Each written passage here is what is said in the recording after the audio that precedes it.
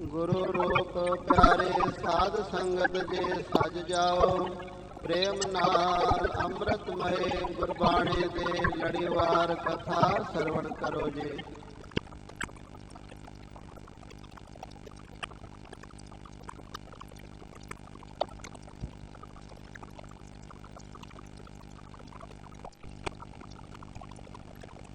ਸਤਨਾਮ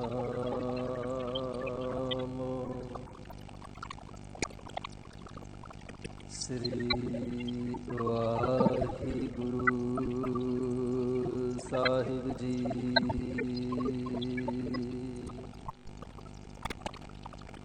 ਇੱਕ ਓੰਕਾਰ ਸਤਨਾਮ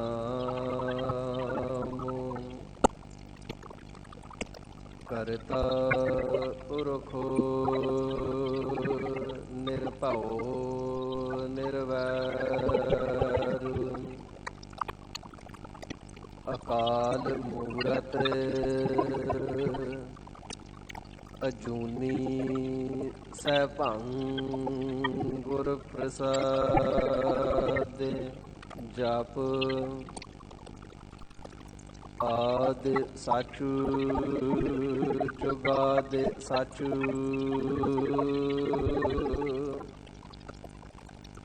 ਹੈ ਵੀ ਸਾਚੂ ਨਾਨਕ ਹੋਸੀ ਵੀ ਸਾਚੂ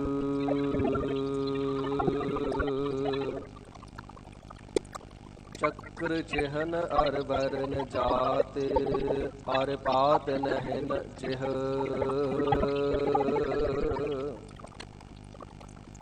रूप रंग अर रेख पेख को कह ना सकत किह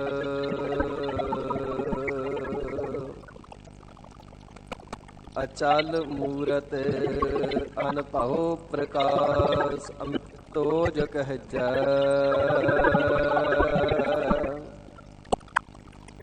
कोटे इंद्र इंद्राणे साहि सहाण गणिज त्रिभुवन महीप सुर नर असुर नेत नेत बन तृण कहत त्वै सर्ब नाम कथ कवन करम नाम बरनत सुमत निर्जुर निरूप हो के सुंदर स्वरूप हो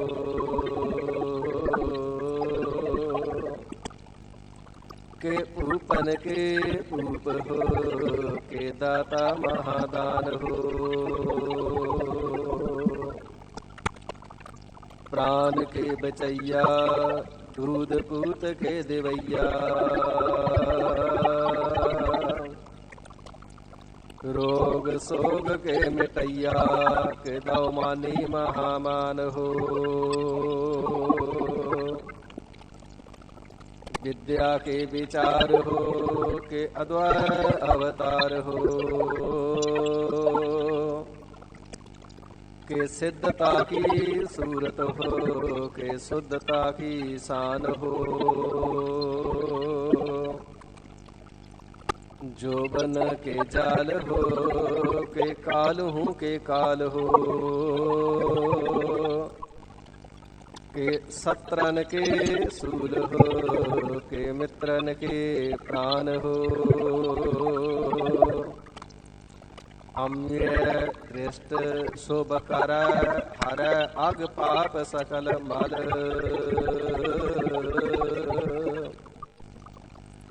काम क्रोध अर लोभ मोह वास कर सब बल सदा सुख मन बस दुख संसार है खोवै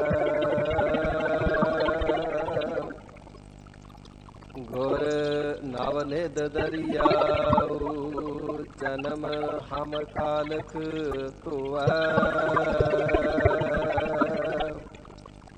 तो ਸੋ ਕਹੋ ਟਲ ਗੁਰ ਸੇਵੀਐ, ਅਹਨਿਸ ਸਹਿਜ ਸੁਭਾਈ। ਦਰਸ਼ਨ ਪਰਸਿਐ ਗੁਰੂ ਕੈ, ਜਨਮ ਮਰਨ ਦੁਖ ਜਾਈ। ਕਹਾ ਬੁੱਧ ਪ੍ਰਭ ਤੋਸ਼ ਹਮਾਰੀ, ਬਰਨ ਸਕਾ ਮਹਿਮਾ ਜੋ ਤਿਹਾਰੀ। ਹਮ ਨਾ ਸਕਤ ਕਰ ਸਿਫਤ ਤੁਮਾਰੀ, ਆਪ ਲੈ ਹੋ ਤੁਮ ਕਥਾ ਸੁਧਾਰੀ।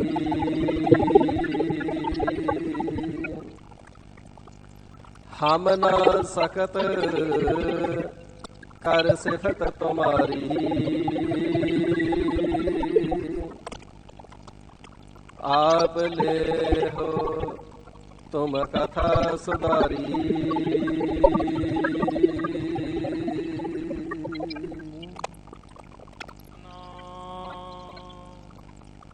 ਸ਼੍ਰੀ ਵਾਹਿਗੁਰੂ ਸਾਹਿਬ ਜੀ। ਗੌੜੀ ਮਹੱਲਾ ਪੰਜਵਾ। ਕਰ ਕਿਰਪਾ ਭੇਟੇ ਗੁਰ ਸੋਈ,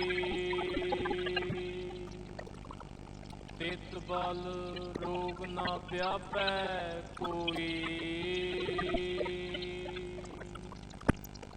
ਕਰ ਕਿਰਪਾ ਭੇਟੇ ਗੁਰ ਸੋਈ, ਤਿਤ ਬਲ ਰੋਗ ਨਾ ਵਿਆਪੈ ਕੋਈ। ਰਾਮ ਰਮਣ ਤਰਨ ਪੈ ਸਾਗਰ, ਸਰਨ ਸੂਰ ਵਾਰੇ ਜਮ ਕਾਗਰ। ਰਹਾ ਸਤਿਗੁਰ ਮੰਤਰ ਦੀਓ ਹਰ ਨਾਮ, ਇਹ ਆਸਰ ਪੂਰਨ ਭਏ ਕਾਮ। ਜਪ ਤਪ ਸੰਜਮ ਪੂਰੀ ਵਡਿਆਈ, ਗੁਰ ਕਿਰਪਾਦ ਹਰ ਪਏ ਸਹਾਈ। ਮਾਨ ਮੋਹ ਖੋਏ ਗੁਰ ਭਰਮ, ਏਕ ਨਾਨਕ ਪਸਰੇ ਪਾਰ ਬ੍ਰਹਮ। ਮਾਨ ਮੋਹ ਖੋਏ ਗੁਰ ਭਰਮ, ਏਕ ਨਾਨਕ ਪਸਰੇ ਪਾਰ ਬ੍ਰਹਮ।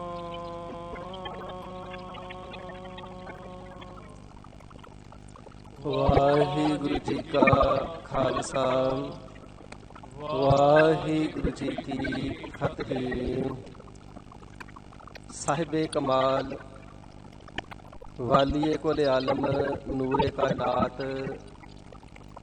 ਅਕਾਲ ਪੁਰਖ ਵਾਹਿਗੁਰੂ ਪਰਮੇਸ਼ਰ ਜੀ ਦੀ ਜੋਤ, ਸਾਹਿਬ ਸ੍ਰੀ ਗੁਰੂ ਗੋਬਿੰਦ ਸਿੰਘ ਸੱਚੇ ਪਾਤਸ਼ਾਹ ਜੀ ਮਹਾਰਾਜ, ਤਖਤਾਂ ਵਾਲੇ, ਤਾਜਾਂ ਵਾਲੇ, ਫੌਜਾਂ ਵਾਲੇ, ਬਾਜਾਂ ਵਾਲੇ, ਸੰਤਾਂ ਦੇ ਸਹਾਈ, ਗਰੀਬਾਂ ਦੇ ਢਾਲ ਤੇ ਦੈਂਤਾਂ ਦੀ ਦੁਸ਼ਟਾਂ ਦੇ ਕਾਲ।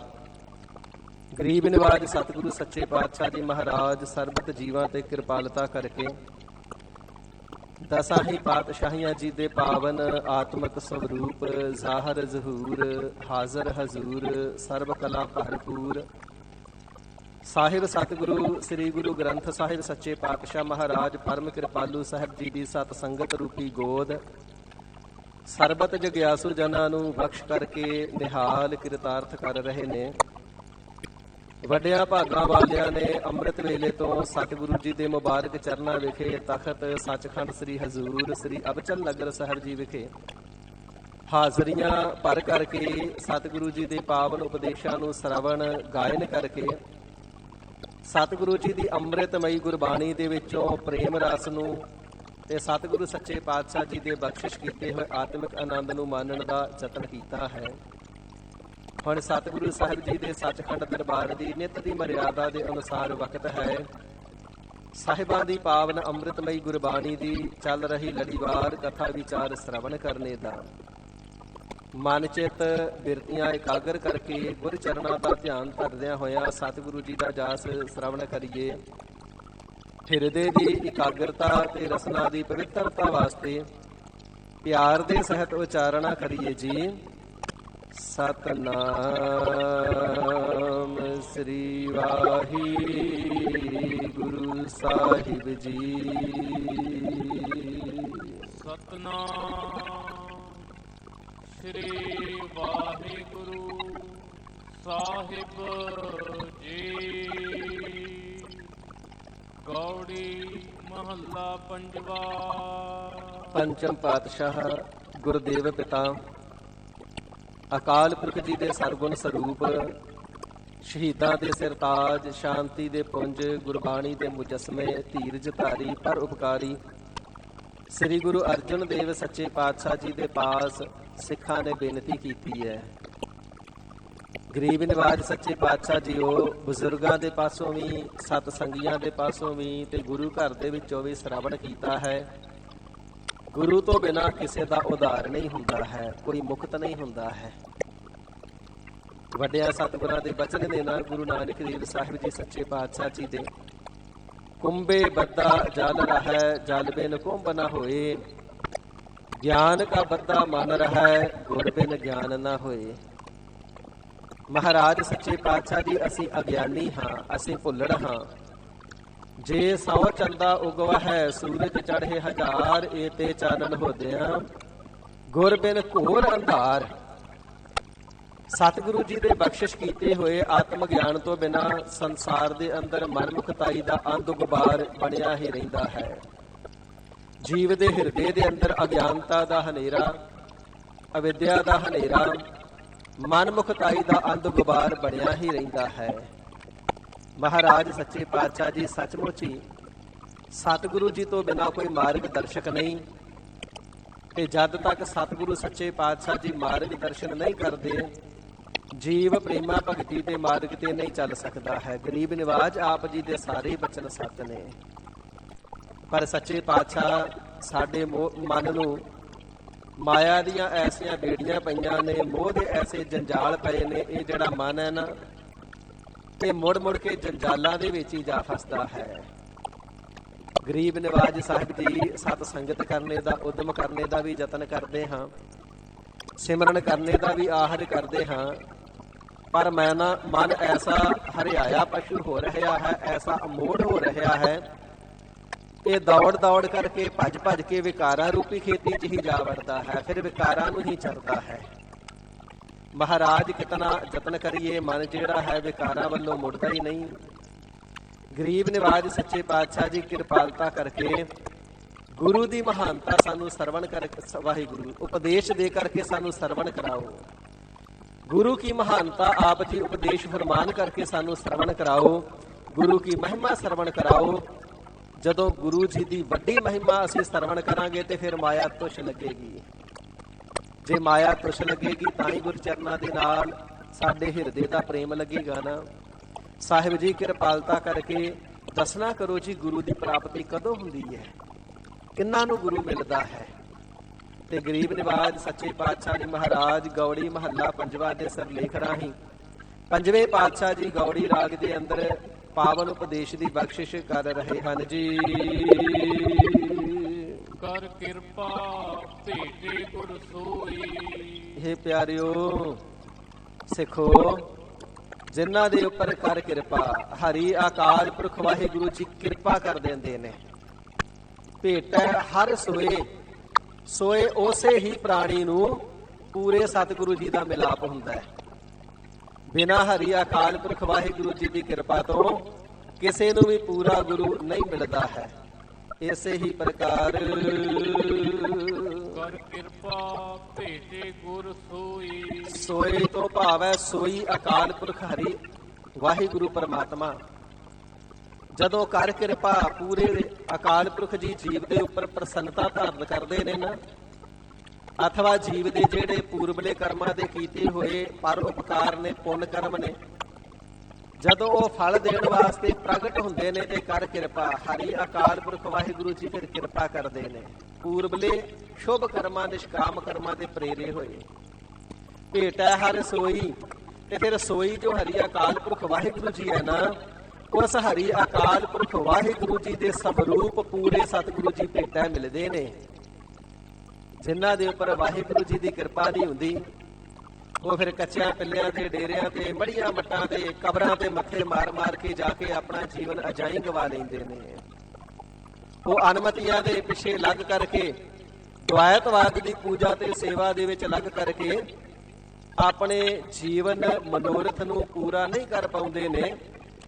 ਜੀਵਨ ਨੂੰ, ਜਨਮ ਨੂੰ ਅਜਾਈਂ ਹੀ ਗਵਾ ਕੇ ਤੁਰ ਜਾਂਦੇ ਨੇ। ਪਰ ਜਦੋਂ ਵਾਹਿਗੁਰੂ ਜੀ ਕਿਰਪਾਲਤਾ ਕਰਦੇ ਨੇ, ਫਿਰ ਆਪਣੇ ਸਰਗੁਣ ਸਰੂਪ ਪੂਰੇ ਸਤਿਗੁਰਾਂ ਦੇ ਨਾਲ ਮਿਲਾ ਦਿੰਦੇ ਨੇ। ਤੇ ਸਾਧ ਸੰਗਤ ਜੀ, ਹਰੀ ਅਕਾਲ ਪੁਰਖ ਵਾਹਿਗੁਰੂ ਜੀ ਦੇ ਸਰਗੁਣ ਸਰੂਪ ਨੇ ਦਸੇ ਹੀ ਸਤਿਗੁਰੂ ਸਾਹਿਬਾਨ ਜੀ। ਨਾਨਕ ਗੁਰੂ ਗੋਬਿੰਦ ਸਿੰਘ ਪੂਰਨ ਗੁਰ ਅਵਤਾਰ, ਪੂਰਨ ਹਰੀ ਅਕਾਲ ਪੁਰਖ ਵਾਹਿਗੁਰੂ ਜੀ ਦਾ ਹੀ ਅਵਤਾਰ ਨੇ। ਸੋ ਜਦੋਂ ਸਤਿਗੁਰੂ ਜੀ ਕਿਰਪਾਲਤਾ ਕਰਦੇ ਨੇ, ਹਰੀ ਅਕਾਲ ਪੁਰਖ ਵਾਹਿਗੁਰੂ ਪਰਮੇਸ਼ਰ ਜੀ, ਪਾਰ ਬ੍ਰਹਮ ਪਰਮੇਸ਼ਰ ਜੀ ਦਇਆਲਤਾ, ਕਿਰਪਾਲਤਾ, ਰਹਿਮਤ ਕਰਦੇ ਨੇ ਤੇ ਪੂਰੇ ਗੁਰ ਪਰਮੇਸ਼ਰ ਜੀ ਦੇ ਨਾਲ ਮਿਲਾਪ ਕਰਵਾ ਦਿੰਦੇ ਹਨ। ਤਿਤ ਬਲ ਰੋਗ ਨਾ ਵਿਆਪੈ ਕੋਈ। ਮਹਾਰਾਜ ਜੀ, ਦੁਨੀਆ ਦੁੱਖਾਂ ਦੇ ਨਾਲ ਭਰੀ ਹੈ, ਰੋਗਾਂ ਦੇ ਨਾਲ ਭਰੀ ਹੈ, ਪਰ ਜਿਹੜੇ ਪੂਰੇ ਗੁਰੂ ਕੀ ਸ਼ਰਨ ਆ ਕਰਕੇ ਨਾਮ ਜਪਦੇ ਨੇ, ਕਿ ਉਹਨਾਂ ਨੂੰ ਕੋਈ ਫਾਇਦਾ ਹੁੰਦਾ ਕਿ ਰੋਗ ਇਤਿਆਦਿਕ ਨਾ ਲੱਗਦੇ ਹੋਣ। ਤੇ ਸਤਿਗੁਰੂ ਸੱਚੇ ਪਾਤਸ਼ਾਹ ਜੀ ਫਰਮਾਨ ਕਰਨਾ ਕਰਦੇ ਨੇ, ਤਿਤ ਬਲ। ਫਿਰ ਤਿਸ ਮਾਇਆ ਦਾ ਜਿਹੜਾ ਬਲ ਹੈ ਨਾ, ਉਹ ਜੀਵਾਂ ਦੇ ਉੱਪਰ ਨਹੀਂ ਚੱਲਦਾ ਜਿਹੜੇ ਸਤਿਗੁਰੂ ਜੀ ਦੀ ਸ਼ਰਨ ਵਿੱਚ ਆ ਜਾਂਦੇ ਨੇ। ਇਸ ਕਰਕੇ ਪਿਆਰਿਓ, ਤਿਨਾਂ ਨੂੰ ਮਾਇਆ ਦੇ ਬੰਧਨ ਰੂਪੀ ਕਿਸੇ ਪ੍ਰਕਾਰ ਦਾ ਕੋਈ ਰੋਗ ਨਹੀਂ ਵਿਆਪਦਾ ਹੈ। ਇਸੇ ਪ੍ਰਕਾਰ ਤਿਤ ਬਲ ਰੋਗ ਨਾ ਵਿਆਪੈ ਕੋਈ। ਸਤਿਗੁਰੂ ਸੱਚੇ ਪਾਤਸ਼ਾਹ ਮਹਾਰਾਜ ਜੀ ਐਸੇ ਬਲਵਾਨ ਸੂਰਬੀਰ ਬਹਾਦਰ ਆਤਮਰਥੀ ਸੂਰਮੇ ਨੇ।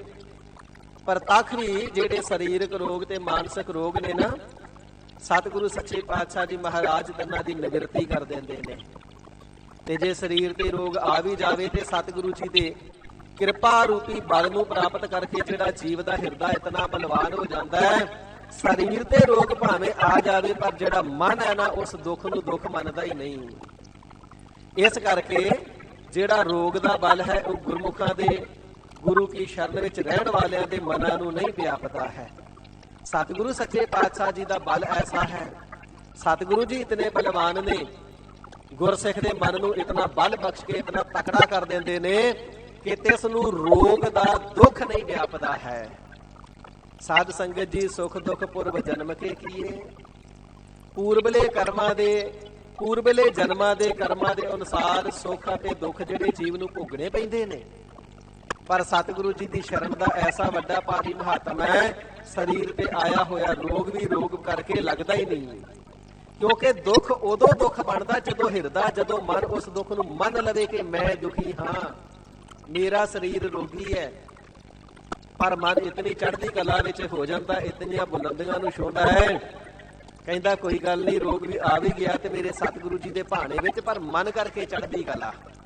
ਜਿਹੜਾ ਮਨ ਹੈ ਉਸ ਸਰੀਰ ਦੇ ਅਥਵਾ ਰੋਗ ਦੇ ਦੁੱਖ ਨੂੰ ਦੁੱਖ ਮੰਨਦਾ ਹੀ ਨਹੀਂ ਹੈ। ਇਸ ਪ੍ਰਕਾਰ ਪੂਰੇ ਸਤਿਗੁਰੂ ਜੀ ਦੇ ਬਲ ਕਰਕੇ, ਸ਼ਕਤੀ ਕਰਕੇ, ਉਪਦੇਸ਼ ਦੀ ਸ਼ਕਤੀ ਦੇ ਬਲ ਕਰਕੇ ਜੀਵ ਦੇ ਹਿਰਦੇ ਨੂੰ ਜਿਹੜਾ ਰੋਗ ਹੈ ਉਹ ਨਹੀਂ ਵਿਆਪਦਾ ਹੈ। ਇਸੇ ਹੀ ਪ੍ਰਕਾਰ ਤਿਤ ਬਲ ਰੋਗ ਨਾ ਵਿਆਪੈ ਕੋਈ। ਸਤਿਗੁਰੂ ਸੱਚੇ ਪਾਤਸ਼ਾਹ ਜੀ ਮਹਾਰਾਜ ਐਸੇ ਵੀਰ ਬਹਾਦਰ ਆਤਰਥੀ ਸੂਰਮੇ ਨੇ ਕਿ ਜਿਹੜਾ ਸਤਿਗੁਰੂ ਜੀ ਦੀ ਸ਼ਰਨ ਵਿੱਚ ਆ ਜਾਂਦਾ ਹੈ, ਸਰੀਰ ਦੇ ਰੋਗ ਤੇ ਨਿੱਕੀਆਂ ਗੱਲਾਂ ਨੇ, ਮਾਇਆ ਵਿਕਾਰਾਂ ਦੇ ਬੰਧਨ ਵੱਡੀਆਂ ਗੱਲਾਂ ਨੇ। ਜਿੱਥੇ ਇਹ ਰੋਗ ਨਹੀਂ ਵਿਆਪਦੇ, ਉੱਥੇ ਜੰਮਣ ਤੇ ਮਰਨ ਦਾ ਰੋਗ ਵੀ ਨਹੀਂ ਵਿਆਪਦਾ ਹੈ। ਅਗਿਆਨਤਾ ਦਾ, ਅਵਿਦਿਆ ਦਾ ਰੋਗ ਵੀ ਨਹੀਂ ਵਿਆਪਦਾ ਹੈ। ਹਉਮੈ ਦੀਆਂ ਪੀੜਾਂ ਵੀ ਆ ਕਰਕੇ ਦੁਖੀ ਨਹੀਂ ਕਰਦੀਆਂ। ਇਸ ਪ੍ਰਕਾਰ ਸਤਿਗੁਰੂ ਸੱਚੇ ਪਾਤਸ਼ਾਹ ਜੀ ਬਲਸ਼ਾਲੀ ਸੂਰਮੇ ਨੇ, ਸਾਰੇ ਵਿਕਾਰਾਂ ਦੇ ਦੁੱਖ ਨੂੰ ਹਰ ਲੈਂਦੇ ਨੇ ਤੇ ਗੁਰਸਿੱਖ ਦੇ ਹਿਰਦੇ ਨੂੰ ਇਹਨਾਂ ਵਿਕਾਰਾਂ ਦਾ ਦੁੱਖ ਨਹੀਂ ਵਿਆਪਦਾ ਹੈ ਜੀ। ਰਾਮ ਰਮਣ ਤਰਨ ਪੈ ਸਾਗਰ। ਇਹ ਗਰੀਬ ਨਿਵਾਜ ਸੱਚੇ ਪਾਤਸ਼ਾਹ ਜੀ ਇਸ ਸੰਸਾਰ ਸਾਗਰ ਤੋਂ ਪਾਰ ਉਤਾਰਾ ਕਿਵੇਂ ਹੋਵੇ। ਤੇ ਸਾਹਿਬ ਜੀ ਫਰਮਾਨਾ ਕਰਦੇ ਨੇ, ਰਾਮ ਰਮਣ, ਰਮੇ ਹੋਏ ਪ੍ਰਮਾਤਮਾ ਜੀ ਦੇ ਨਾਮ ਦਾ ਸਦਾ ਜਿਹੜੇ ਸਿਮਰਨ ਕਰਦੇ ਨੇ ਨਾ, ਉਹ ਸੁਭਾਵਕ ਹੀ ਭੈਦਾਇਕ ਡਰਾਵਣੇ ਭਿਆਨਕ ਸੰਸਾਰ ਸਾਗਰ ਤੋਂ ਸਹਿਜੇ ਹੀ ਸੁਭਾਵਕ ਹੀ ਤਰ ਜਾਂਦੇ ਹਨ। ਸਰਨ ਸੂਰ ਫਾਰੇ ਜਮ ਕਾਗਰ। ਸੋ ਗਰੀਬ ਨਿਵਾਜ ਉਹ ਸੁਭਾਵਕ ਹੀ ਕਿਵੇਂ ਤਰ ਜਾਂਦੇ ਨੇ। ਜਿਸ ਪ੍ਰਕਾਰ ਵੱਡਾ ਭਾਰੀ ਦਰਿਆ ਹੋਵੇ, ਨਦੀ ਹੋਵੇ ਜਾਂ ਸਾਗਰ ਵੀ ਹੋਵੇ, ਉਸ ਨੂੰ ਪਾਰ ਕਰਨ ਵਾਸਤੇ ਜੇ ਤੈਰ ਕੇ ਪਾਰ ਕਰਨਾ ਹੋਵੇ ਤੇ ਬੜਾ ਯਤਨ ਕਰਨਾ ਪਵੇਗਾ। ਪਰ ਜੇਕਰ ਜਹਾਜ਼ ਦੇ ਉੱਪਰ ਬੈਠ ਜਾਈਏ, ਸ਼ਿਪ ਤੇ ਬੈਠ ਜਾਈਏ, ਕੋਈ ਯਤਨ ਨਹੀਂ ਕਰਨਾ ਪੈਂਦਾ, ਆਰਾਮ ਦੇ ਨਾਲ ਬੈਠੋ, ਜਹਾਜ਼ ਆਪੇ ਹੀ ਪਾਰ ਕਰ ਦਿੰਦਾ ਹੈ।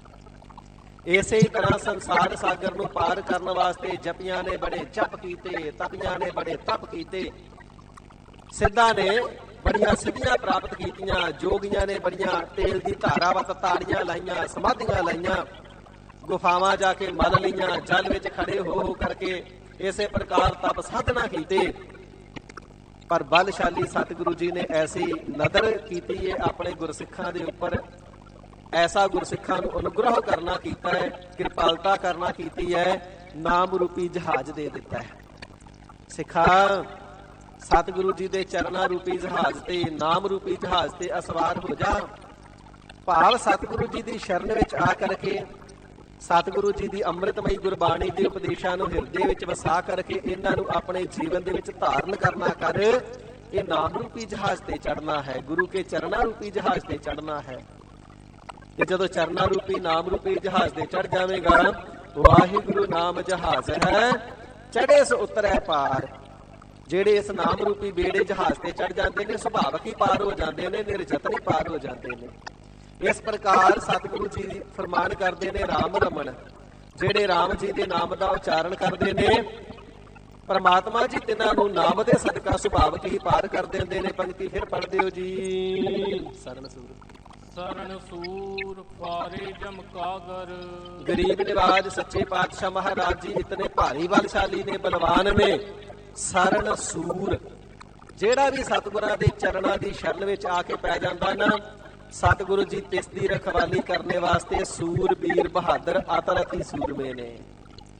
ਪਰ ਤੱਕ ਵੀ ਜਿਹੜਾ ਸਤਿਗੁਰਾਂ ਦੀ ਸ਼ਰਨ ਵਿੱਚ ਆ ਕੇ ਪੈ ਗਿਆ, ਭਾਵੇਂ ਭਾਈ ਨੰਦ ਲਾਲ ਜੀ ਨੇ, ਇਸੇ ਪ੍ਰਕਾਰ ਹੋਰ ਬੇਅੰਤ ਗਰੀਬ ਗੁਰਬੇ ਆ ਕਰਕੇ ਦੁਖੀਏ ਸਤਿਗੁਰੂ ਜੀ ਦੀ ਸ਼ਰਨ ਵਿੱਚ ਪੈਂਦੇ ਤੇ ਸਤਿਗੁਰੂ ਸੱਚੇ ਪਾਤਸ਼ਾਹ ਦੀ ਸਭਨਾਂ ਦੀ ਲੱਜਾ ਰੱਖਦੇ, ਜਾਨ ਬਚਾਉਂਦੇ, ਮਾਲ ਅਸਬਾਬ ਦੀ ਜਿੱਥੇ ਰਖਵਾਲੀ ਕਰਦੇ, ਲੋਕ ਤੇ ਪਰਲੋਕ ਦੇ ਵਿੱਚ ਵੀ ਰਖਵਾਲੀ ਕਰਦੇ, ਦੁੱਖਾਂ ਚੋਂ ਉਬਾਰ ਲੈਂਦੇ ਨੇ।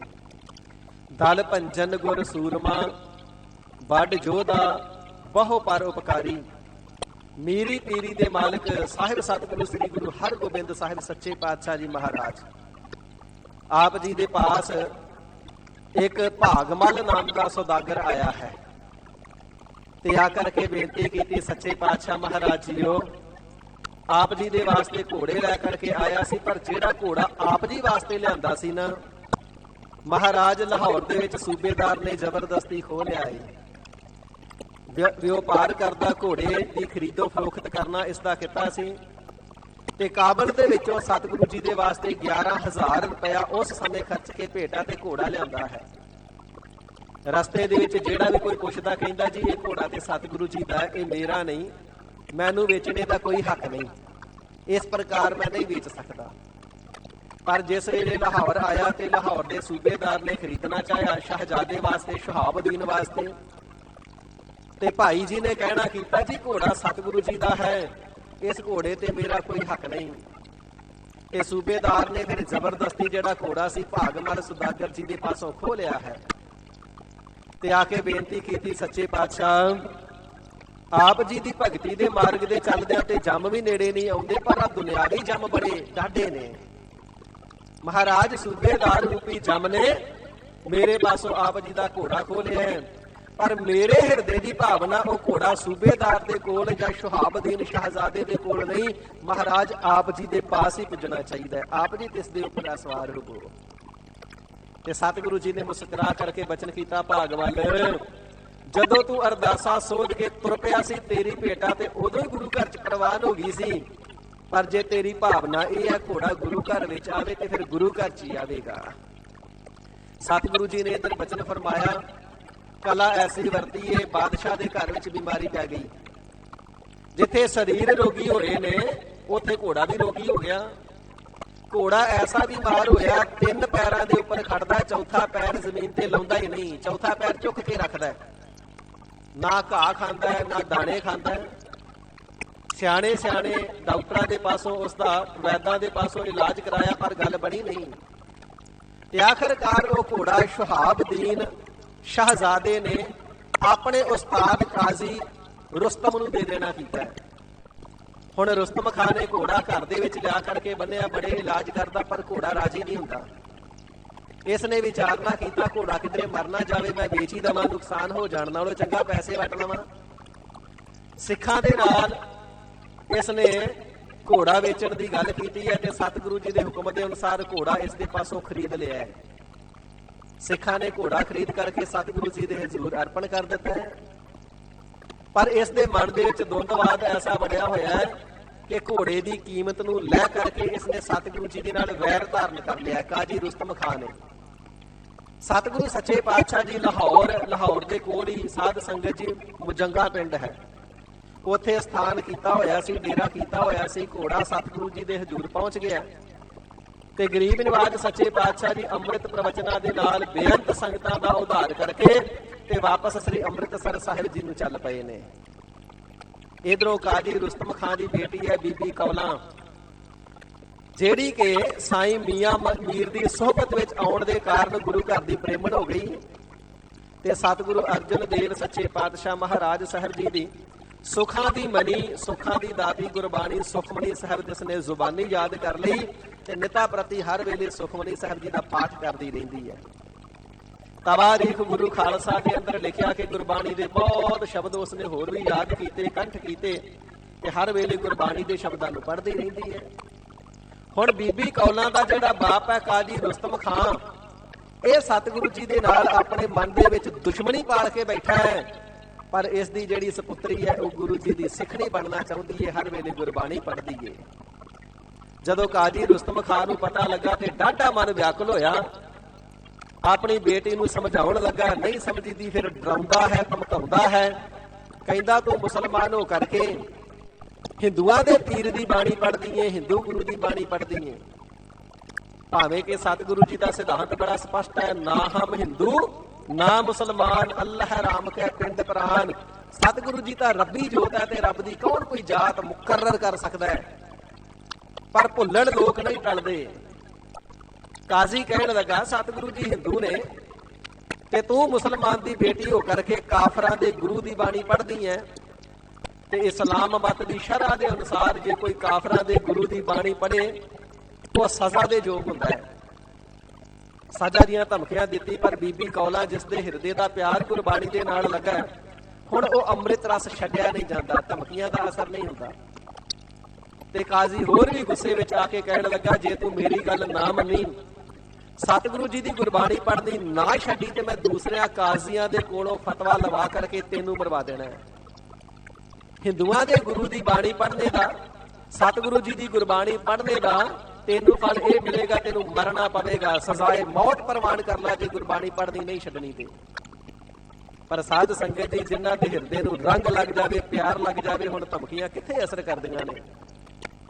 ਤਾਂ ਵੀ ਬੀਬੀ ਕੌਲਾਂ ਨੇ ਗੁਰਬਾਣੀ ਪੜ੍ਹਨੀ ਛੱਡੀ ਨਹੀਂ ਤੇ ਕਾਜੀ ਰੁਸਤਮ ਖਾਨ ਨੇ ਜਾ ਕੇ ਦੂਸਰੇ ਕਾਜ਼ੀਆਂ ਨੂੰ ਦੱਸ ਦਿੱਤਾ ਕਿ ਮੇਰੀ ਜਿਹੜੀ ਬੇਟੀ ਏ ਉਹ ਸਤਿਗੁਰੂ ਜੀ ਦੀ ਗੁਰਬਾਣੀ ਪੜ੍ਹਦੀ ਏ ਤੇ ਸ਼ਰਅ ਅਨੁਸਾਰ ਕੀ ਫਤਵਾ ਬਣਦਾ, ਸਜ਼ਾ ਸੁਣਾ ਦਿਓ। ਕਾਜ਼ੀਆਂ ਨੇ ਫਤਵਾ ਲਾਇਆ ਕਿ ਬੀਬੀ ਕੌਲਾਂ ਕਤਲ ਕਰਨੇ ਦੇ ਯੋਗ ਹੈ ਤੇ ਇਸ ਨੂੰ ਕਤਲ ਕੀਤਾ ਜਾਵੇ। ਜਦੋਂ ਕਤਲ ਦਾ ਫਤਵਾ ਲੱਗ ਗਿਆ ਤੇ ਕੌਲਾਂ ਦੀ ਮਾਤਾ ਨੂੰ ਪਤਾ ਲੱਗਾ, ਉਸੇ ਵੇਲੇ ਸਾਈਂ ਮੀਆਂ ਮੀਰ ਜੀ ਤੱਕ ਪਹੁੰਚ ਕੀਤੀ ਹੈ, ਨਾਲ ਲੈ ਕਰਕੇ ਆਪਣੀ ਬੇਟੀ ਨੂੰ ਤੇ ਮੀਆਂ ਮੀਰ ਜੀ ਦੇ ਕੋਲ ਦੌੜ ਕੇ ਪੁੱਜੀ ਹੈ। ਸਾਈਂ ਜੀ, ਕਾਜ਼ੀਆਂ ਨੇ ਮੇਰੀ ਬੇਟੀ ਨੂੰ ਜਾਨੋਂ ਮਾਰਨ ਦਾ ਫਤਵਾ ਲਾ ਦਿੱਤਾ ਹੈ, ਇਸ ਨੂੰ ਹੁਣ ਕਤਲ ਕਰ ਦਿੱਤਾ ਜਾਣਾ ਹੈ ਤੇ ਮੈਂ ਤੁਹਾਡੀ ਸ਼ਰਨ ਹੈ। ਬਾਦਸ਼ਾਹ ਵੀ ਤੁਹਾਡਾ ਮਰੀਦ ਤੁਹਾਨੂੰ ਪੀਰ ਕਰਕੇ ਮੰਨਦਾ ਹੈ, ਤੁਹਾਡਾ ਮਰੀਦ ਹੈ ਉਹ। ਜਿਵੇਂ ਕਿਵੇਂ ਬਾਦਸ਼ਾਹ ਨੂੰ ਸਿਫਾਰਿਸ਼ ਪਾ ਕੇ ਜਿਹੜਾ ਵੀ ਯਤਨ ਬਣਾ ਹੁੰਦਾ, ਮੇਰੀ ਧੀ ਦੀ ਜਾਨ ਬਚਾਓ। ਤੇ ਇਸ ਵੇਲੇ ਸਾਈਂ ਮੀਆਂ ਮੀਰ ਜੀ ਨੇ ਕਹਿਣਾ ਕੀਤਾ, ਇਸਲਾਮ ਮਤ ਦੀ ਮਰਿਆਦਾ ਤੋਂ, ਫਤਵੇ ਤੋਂ ਮੈਂ ਵੀ ਬਾਹਰ ਨਹੀਂ ਜਾ ਸਕਦਾ। ਜੇ ਮੈਂ ਇਸ ਨੂੰ ਆਪਣੇ ਕੋਲ ਰੱਖਿਆ ਤੇ ਕਾਜ਼ੀਆਂ ਨੇ ਬਾਦਸ਼ਾਹ ਨੂੰ ਕਹਿ ਦੇਣਾ ਤੇ ਬਾਦਸ਼ਾਹ ਦੇ ਸਿਪਾਹੀਆਂ ਨੇ ਆ ਕੇ ਤਾਂ ਵੀ ਲੈ ਜਾਣਾ।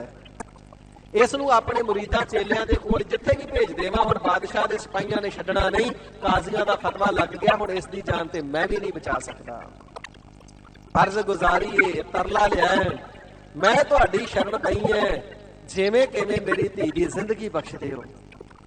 ਤੇ ਸਾਈਂ ਮੀਆਂ ਮੀਰ ਜੀ ਨੇ ਫਿਰ ਕਹਿਣਾ ਕੀਤਾ, ਸ਼ਰਨ ਪਿਆਂ ਦੀ ਰਖਵਾਲੀ ਕਰਨੇ ਵਾਲੇ ਸੂਰਬੀਰ ਬਹਾਦਰ ਆਤਰਥੀ ਮਹਾਬਲੀ ਯੋਧੇ ਸਤਿਗੁਰੂ ਹਰਗੋਬਿੰਦ ਸਾਹਿਬ ਸੱਚੇ ਪਾਤਸ਼ਾਹ ਜੀ ਨੇ, ਉਹ ਸਰਨ ਸੂਰ ਨੇ, ਸਰਨ ਪ੍ਰਤਪਾਲਕ ਨੇ। ਜੇ ਉਹਨਾਂ ਦੀ ਸ਼ਰਨ ਵਿੱਚ ਤੇਰੀ ਬੇਟੀ ਨੂੰ ਪਾ ਦਈਏ ਤੇ ਫਿਰ ਇਸ ਦਾ ਵਾਲ ਵਿੰਗਾ ਨਹੀਂ ਹੋ ਸਕਦਾ। ਬਾਦਸ਼ਾਹ ਕਰੇ ਕੀ, ਫਿਰ ਕਾਲ ਵੀ ਇਸ ਨੂੰ ਮਾਰ ਨਹੀਂ ਸਕਦਾ ਸਤਿਗੁਰੂ ਜੀ ਦੀ ਇੱਛਾ ਤੋਂ ਬਿਨਾ। ਕਹਿਣ ਲੱਗੀ, ਸਾਈਂ ਜੀ ਜਿਵੇਂ ਵੀ ਹੁੰਦਾ ਮੇਰੀ ਧੀ ਦੀ ਜਾਨ ਬਚਾ ਦਿਓ। ਤੇ ਸਾਈਂ ਮੀਆਂ ਮੀਰ ਜੀ ਨੇ ਫਿਰ ਆਪਣੇ ਚੇਲੇ ਅਬਦੁੱਲੇ ਨੂੰ ਨਾਲ ਭੇਜਿਆ, ਕਿਉਂਕਿ ਸਤਿਗੁਰੂ ਜੀ ਲਾਹੌਰ ਤੋਂ ਮੁਜੰਗਾ ਪਿੰਡ ਤੋਂ ਚੱਲ ਚੁੱਕੇ ਸਨ, ਸ੍ਰੀ ਅੰਮ੍ਰਿਤਸਰ ਸਾਹਿਬ ਨੂੰ ਰਸਤੇ ਵਿੱਚ ਪਏ ਆਉਂਦੇ ਸਨ। ਤੇ ਸਾਈਂ ਮੀਆਂ ਮੀਰ ਨੇ ਆਪਣੇ ਚੇਲੇ ਅਬਦੁੱਲੇ ਨੂੰ ਨਾਲ ਭੇਜਿਆ ਤੇ ਕਹਿਣਾ ਕੀਤਾ, ਕੌਲਾਂ ਨੂੰ ਸਤਿਗੁਰੂ ਜੀ ਦੀ ਸ਼ਰਨ ਵਿੱਚ ਪਹੁੰਚਾ ਕੇ ਆ। ਅਬਦੁੱਲਾ ਮੰਜ਼ਲਾ ਮਾਰਦਾ ਹੋਇਆ ਵਾਹੋਦਾਹੀ ਕਰਦਾ ਕਾਹਲੀ ਦੇ ਨਾਲ ਸ੍ਰੀ ਅੰਮ੍ਰਿਤਸਰ ਸਾਹਿਬ ਪੁੱਜਾ।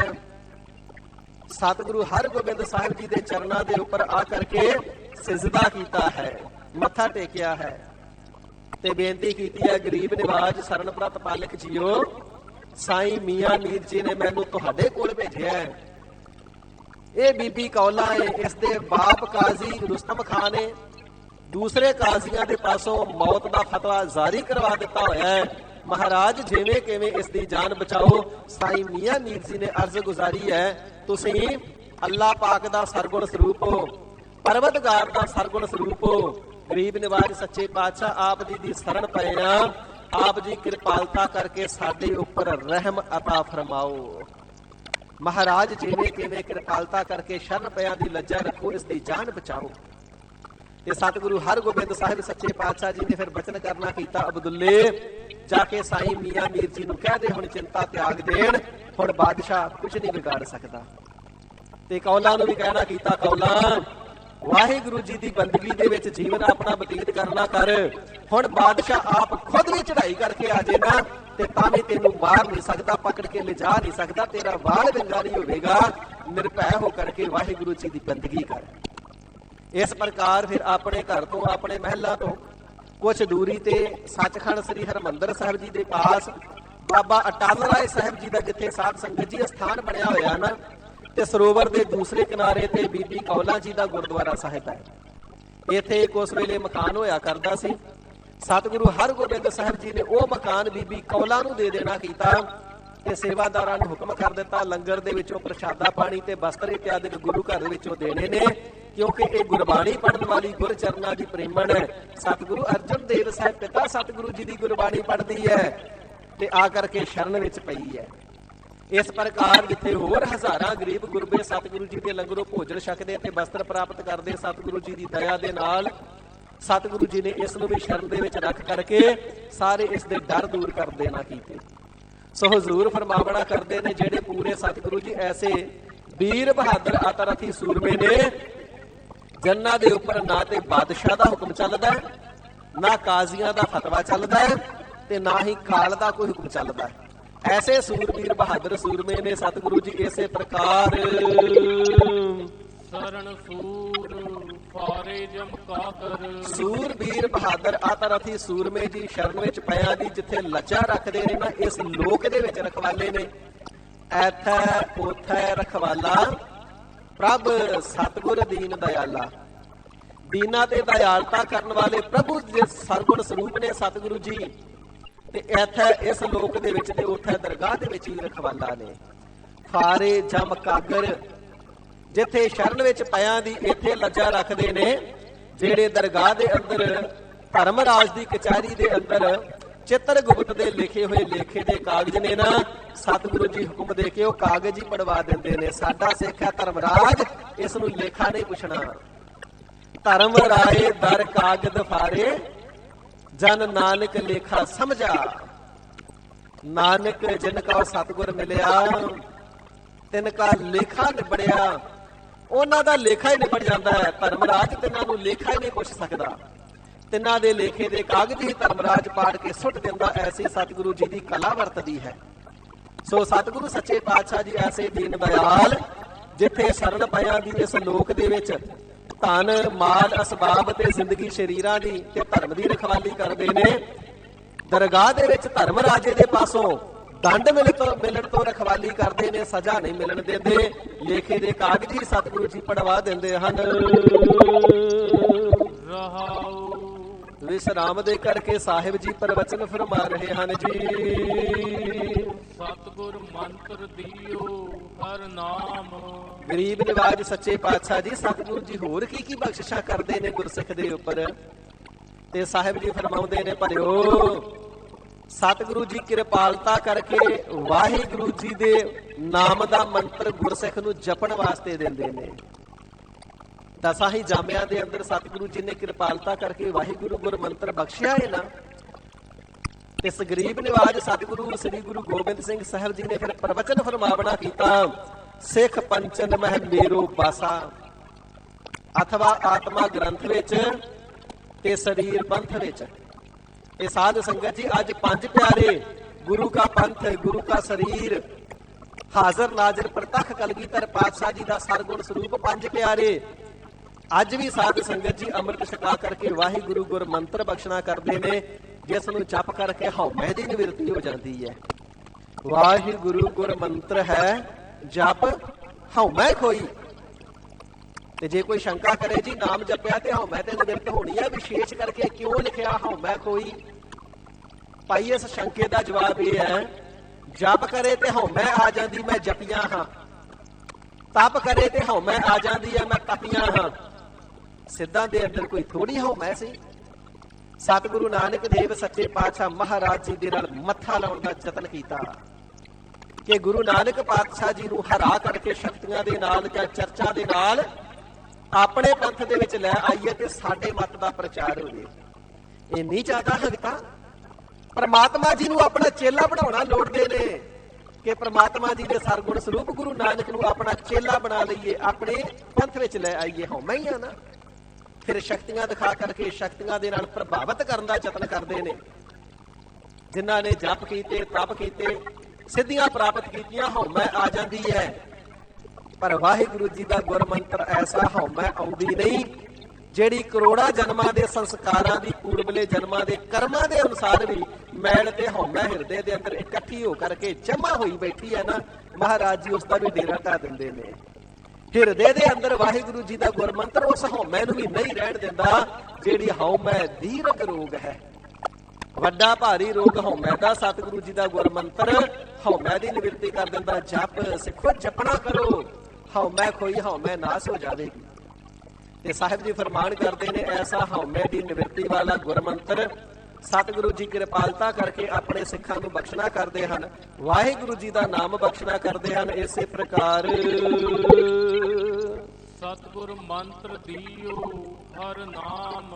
ਸਤਿਗੁਰੂ ਸੱਚੇ ਪਾਤਸ਼ਾਹ ਮਹਾਰਾਜ ਜੀ ਨੇ ਕਿਰਪਾਲਤਾ ਕਰਕੇ ਮੰਤਰ ਦਾ ਸਾਧ ਸੰਗਤ ਜੀ ਦੂਸਰਾ ਅਰਥ ਹੈ ਉਪਦੇਸ਼। ਹਰੀ ਅਕਾਲ ਪੁਰਖ ਵਾਹਿਗੁਰੂ ਜੀ ਦਾ ਨਾਮ ਜਪਣੇ ਦਾ ਉਪਦੇਸ਼ ਦੇਣਾ ਕਰਦੇ ਨੇ, ਕਿਉਂਕਿ ਜਿਹੜੇ ਬਾਕੀ ਦੇ ਸਾਧਨ ਨੇ ਉਹਨਾਂ ਦੇ ਵਿੱਚ ਮੁਸ਼ੱਕਤ ਬਹੁਤ ਜ਼ਿਆਦਾ ਹੈ ਤੇ ਉਹਨਾਂ ਦਾ ਫਲ ਬੜਾ ਥੋੜਾ ਹੈ। ਪਰ ਵਾਹਿਗੁਰੂ ਵਾਹਿਗੁਰੂ ਵਾਹਿਗੁਰੂ ਸੁਭਾਵਿਕ ਹੀ ਬੋਲੀਏ ਤੇ ਸਰੀਰ ਕਰਕੇ ਦੂਸਰੇ ਤਪਾਂ ਜਿੰਨੀ ਕਠਿਨ ਤਪੱਸਿਆ ਨਹੀਂ ਕਰਨੀ ਪੈਂਦੀ, ਹੋਰ ਤਪਾਂ ਜਿੰਨੀ ਘਾਲਣਾ ਨਹੀਂ ਕਰਨੀ ਪੈਂਦੀ, ਸੁਭਾਵਿਕ ਤੇ ਸੁਖੈਨ ਜਪਿਆ ਜਾਂਦਾ ਹੈ। ਪਰ ਇਸ ਦਾ ਮਹਾਤਮ ਬੜਾ ਵੱਡਾ ਹੈ। ਜੈਸੇ ਹੀਰਾ ਹਾਥ ਮੈਂ ਤਨਕ ਸੋ ਦਿਖਾਈ ਦੇਤ, ਮੋਲ ਕੀਏ ਤੇ ਦਮਕਨ ਭਰਤ ਭੰਡਾਰ ਜੀ। ਹੱਥ ਦੀ ਤਲੀ ਦੇ ਉੱਪਰ ਹੀਰਾ ਰੱਖਿਆ ਹੋਵੇ ਤੇ ਬੜਾ ਨਿੱਕਾ ਜਿਹਾ ਨਜ਼ਰ ਆਉਂਦਾ ਹੈ, ਕਿਉਂਕਿ ਸਾਧ ਸੰਗਤ ਜੀ ਹੀਰਾ ਕੋਈ ਕੁਇੰਟਲਾਂ ਜਾਂ ਮਨਾਂ ਦੇ ਨਾਲ ਥੋੜਾ ਤੋਲਿਆ ਜਾਂਦਾ ਹੈ। ਇਹ ਕਿਲੋਗ੍ਰਾਮਾਂ ਦੇ ਨਾਲ ਨਹੀਂ ਵੇਚਿਆ ਖਰੀਦਿਆ ਜਾਂਦਾ, ਇਹ ਤੇ ਮਿਲੀਗ੍ਰਾਮਾਂ ਦੇ ਨਾਲ, ਮਾਸਿਆਂ ਤੇ ਰੱਤੀਆਂ ਦੇ ਨਾਲ ਖਰੀਦਿਆ ਤੇ ਵੇਚਿਆ ਜਾਂਦਾ ਹੈ। ਤਲੀ ਤੇ ਰੱਖਿਆ ਨਿੱਕਾ ਜਿਹਾ ਦਿਸਦਾ ਹੈ, ਪਰ ਜਦੋਂ ਹੀਰਾ ਵੇਚਿਆ ਜਾਵੇ ਤੇ ਦਮੜਿਆਂ ਦੇ ਨਾਲ ਭੰਡਾਰੇ ਭਰ ਜਾਂਦੇ ਨੇ। ਸਾਧ ਸੰਗਤ ਜੀ ਗੁਰ ਕਾ ਸ਼ਬਦ ਰਤਨ ਹੈ, ਹੀਰੇ ਚਿੱਤ ਜੜਾਓ। ਸਤਿਗੁਰੂ ਜੀ ਦਾ ਨਾਮ ਜਪਣਾ ਇਹ ਤੇ ਰਤਨਾਂ ਦਾ ਵਪਾਰ ਹੈ, ਇਹ ਤੇ ਹੀਰਿਆਂ ਦਾ ਵਪਾਰ ਹੈ। ਪਰ ਇਸ ਦੀ ਜਿਹੜੀ ਕੀਮਤ ਹੈ ਵਾਹਿਗੁਰੂ ਜੀ ਦੇ ਸਨਮੁਖ ਜਾ ਕੇ ਪਤਾ ਲੱਗਦੀ ਹੈ ਕਿਤਨੀ ਕੀਮਤ ਹੈ। ਜਿਹੜੇ ਬਾਕੀ ਦੇ ਜਪ ਤਪ ਨੇ ਉਹ ਤੇ ਬਾਕੀ ਦੀਆਂ ਜਿਨਸਾਂ ਵਰਗਾ ਵਪਾਰ ਹੈ। ਰੂਹ ਦਾ ਗੱਡਾ ਭਰ ਕੇ ਲੈ ਕੇ ਗਏ ਤੇ ਪੈਸੇ ਥੋੜੇ ਜਿਹੇ ਜੇਬ 'ਚ ਪਾ ਕੇ ਮੋੜ ਆਏ। ਇਸੇ ਪ੍ਰਕਾਰ ਕਮਾਦ ਦਾ, ਕਣਕ ਦਾ, ਝੋਨੇ ਦੇ ਟਰੱਕ ਭਰ ਕੇ ਲੈ ਕੇ ਗਏ ਤੇ ਪੈਸੇ ਜੇਬ 'ਚ ਪਾ ਕੇ ਥੋੜੇ ਜਿਹੇ ਲੈ ਕੇ ਮੋੜ ਆਏ। ਪਰ ਇਸ ਦੇ ਬਦਲੇ ਜੇ ਹੀਰੇ ਦੀ ਗੱਲ ਕਰਨਾ ਕਹੀਏ ਤੇ ਛੋਟਾ ਜਿਹਾ ਹੀਰਾ ਜੇਬ 'ਚ ਪਾ ਕੇ ਲੈ ਕੇ ਆਏ, ਪਰ ਕੀਮਤ ਬੜੀ ਵੱਡੀ ਮਿਲ ਜਾਂਦੀ ਹੈ।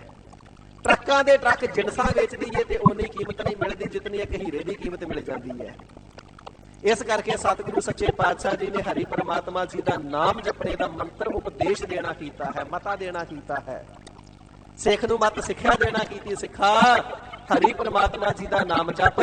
ਇਹ ਵਾਹਿਗੁਰੂ ਜੀ ਦੇ ਨਾਮ ਦੀ ਇਤਨੀ ਬਰਕਤ ਹੈ, ਇੱਕ ਵਾਰ ਵੀ ਵਾਹਿਗੁਰੂ ਕਹਿ ਦਈਏ ਇੱਕ ਵਾਰ ਨਾਲ ਹੀ ਉਧਾਰ ਹੋ ਜਾਂਦਾ ਹੈ। ਏਕ ਚਿੱਤ ਜੇ ਏਕ ਛਿਨ ਧਿਆਇਓ, ਕਾਲ ਫਾਸ ਕੇ बीच ਨਾ ਆਇਓ। ਅਜਾਮਲ ਪਾਪੀ ਜਗ ਜਾਣੈ, ਦੁਨੀਆ ਜਾਣਦੀ ਸੀ ਪਾਪੀ ਹੈ ਨਿਮਕ ਮਾਹੇ ਨਿਸਤਾਰਾ। ਮਹਾਰਾਜ ਏਡੇ ਵੱਡੇ ਪਾਪੀ ਦਾ ਨਿਮਕ ਵਿੱਚ ਉਧਾਰ ਕਿਵੇਂ ਹੋ ਗਿਆ? ਤੇ ਹਜ਼ੂਰ ਫਰਮਾਉਂਦੇ ਨੇ, ਅਜਾਮਲ ਪ੍ਰੀਤ ਪੁੱਤਰ ਪ੍ਰਤ ਕੀਨੀ, ਕਰ ਨਾਰਾਇਣ ਬੋਲਾਰੇ। ਮੇਰਾ ਠਾਕੁਰ ਕੈ ਮਨ ਭਾਏ ਭਾਵਨੀ, ਜਮ ਕੰਕਰ ਮਾਰਗ ਦਾਰੇ। ਸਾਧੂਆਂ ਦੇ ਉਪਦੇਸ਼ ਦੇ ਨਾਲ ਪੁੱਤਰ ਦਾ ਨਾਮ ਨਾਰਾਇਣ ਰੱਖਿਆ ਸੀ। ਜਮਦੂਤ ਵੇਖ ਕੇ ਘਬਰਾ ਗਿਆ, ਪੁੱਤ ਨਾਲ ਪਿਆਰ ਬੜਾ ਸੀ। ਸੁਭਾਵਿਕ ਹੀ ਪੁੱਤ ਨੂੰ ਆਵਾਜ਼ ਮਾਰੀਏ, ਨਾਰਾਇਣ ਆ, ਨਾਰਾਇਣ ਬਚਾ ਲੈ। ਆਵਾਜ਼ ਤੇ ਦਿੱਤੀ ਸੀ ਪੁੱਤ ਨੂੰ, ਪਰ ਨਾਰਾਇਣ ਨਾਮ ਪਰਮਾਤਮਾ ਜੀ ਹੈ। ਪਰਮਾਤਮਾ ਜੀ ਝਾਟੀ ਆ ਗਏ, ਜਮਦੂਤਾਂ ਨੂੰ ਮਾਰ ਕੇ ਭਜਾ ਦਿੱਤਾ। ਇਸ ਪ੍ਰਕਾਰ ਅਜ਼ਾਮਲ ਦਾ ਉਧਾਰ ਕਰਨਾ ਕੀਤਾ। ਇਹ ਹੀਰਿਆਂ ਦੇ, ਰਤਨਾਂ ਦੇ ਵਪਾਰ ਵਾਂਗੂ ਬੜਾ ਅਮੋਲਕ ਹੈ। ਤੇ ਸਤਿਗੁਰੂ ਸੱਚੇ ਪਾਤਸ਼ਾਹ ਜੀ ਨੇ ਵੱਡੀ ਭਾਰੀ ਦਾਤ, ਨਾਮ ਦਾ ਵੰਡ, ਨਾਮ ਦਾ ਵਿਵਹਾਰ, ਨਾਮ ਦੀ ਸਿਫਤ ਸਲਾਹ, ਨਾਮ ਦਾ ਜਪਣਾ, ਉਚਾਰਨਾ, ਅਰਾਧਨਾ ਗੁਰਸਿੱਖਾਂ ਦੇ ਹਿਰਦੇ ਰੂਪੀ ਝੋਲੀ ਦੇ ਅੰਦਰ ਇਹ ਦਾਤ ਪਾਈ ਹੈ। ਗੁਰਸਿੱਖੋ ਨਾਮ ਨੂੰ ਜਪਣਾ ਕਰੋ, ਮਹਾਤਮ ਕਹਿਣ ਵਿੱਚ ਨਹੀਂ ਆਉਂਦਾ। ਇਸ ਪ੍ਰਕਾਰ ਪੂਰਿਆ ਸਤਿਗੁਰਾਂ ਨੇ ਕਿਰਪਾਲਤਾ ਕਰਕੇ ਵਾਹਿਗੁਰੂ ਜੀ ਗੁਰ ਮੰਤਰ ਬਖਸ਼ ਕਰਕੇ ਤੇ ਹਰੀ ਪਰਮਾਤਮਾ ਜੀ ਦਾ ਨਾਮ ਜਪਣੇ ਦਾ ਉਪਦੇਸ਼ ਆਪਣੇ ਗੁਰਸਿੱਖਾਂ ਨੂੰ ਬਖਸ਼ਿਸ਼ ਕਰਨਾ ਕੀਤਾ ਹੈ ਜੀ। ਇਹ ਆਸਰ ਪੂਰਨ ਪਏ ਕਾਮ। ਤੇ ਇਸ ਨਾਮ ਦੇ ਆਸਰੇ ਦੇ ਨਾਲ ਜਪਣ ਵਾਲਿਆਂ ਦੇ ਸਾਰੇ ਜਿਹੜੇ ਕਾਰਜ ਕੰਮ ਨੇ ਉਹ ਪੂਰੇ ਹੋ ਗਏ। ਦੁਨੀਆਦਾਰੀ ਦੇ ਅੰਦਰ ਰਹਿੰਦਿਆਂ ਹੋਇਆਂ ਵੀ ਇਹਨਾਂ ਦੇ ਕੰਮ ਅਧੂਰੇ ਨਹੀਂ ਰਹਿੰਦੇ। ਪ੍ਰਮਾਤਮਾ ਜੀ ਦਾ ਸਿਮਰਨ ਕਰਨੇ ਦੇ ਨਾਲ ਸਾਰੇ ਕਾਰਜ ਪੂਰੇ ਹੁੰਦੇ ਨੇ, ਕਿਉਂਕਿ ਪ੍ਰਮਾਤਮਾ ਜੀ ਆਪ ਸਹਾਇਕ ਹੁੰਦੇ ਨੇ। ਜਹ ਜਹ ਕਾਜ ਤੋਂ ਭਾਵ ਹੈ ਕੰਮ, ਕਿਰਤ ਸੇਵਕ ਕੀ ਤਹਾ ਤਹਾ ਉਠ ਭਾਵੈ, ਸੇਵਕ ਕਉ ਨਿਕਟੀ ਹੋਏ ਦਿਖਾਵੈ।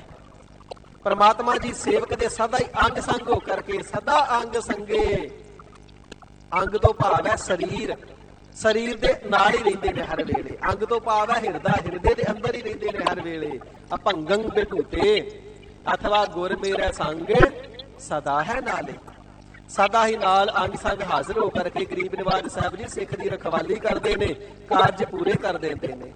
ਇਸ ਪ੍ਰਕਾਰ ਨਾਮ ਦੇ ਆਸਰੇ ਦੇ ਨਾਲ ਪਿਆਰਿਓ, ਜਿੱਥੇ ਦੁਨਿਆਵੀ ਕੰਮ ਪੂਰੇ ਹੋਏ ਨੇ, ਉੱਥੇ ਜਨਮ ਦੀ ਸਫਲਤਾ ਰੂਪੀ ਕਾਰਜ ਤਿਨਾਂ ਦਾ ਪੂਰਾ ਹੋ ਗਿਆ ਹੈ। ਕਿਉਂਕਿ ਜਨਮ ਧਾਰਨ ਦਾ ਸਵਾਰਥ ਤੇ ਇਹੀ ਹੋਈ ਹੈ, ਲਾਭ ਤੇ ਇਹੋ ਹੀ ਹੋਈ ਹੈ, ਗੋਬਿੰਦ ਮਿਲਣ ਕੀ ਇਹ ਤੇਰੀ ਬਰੀਆ।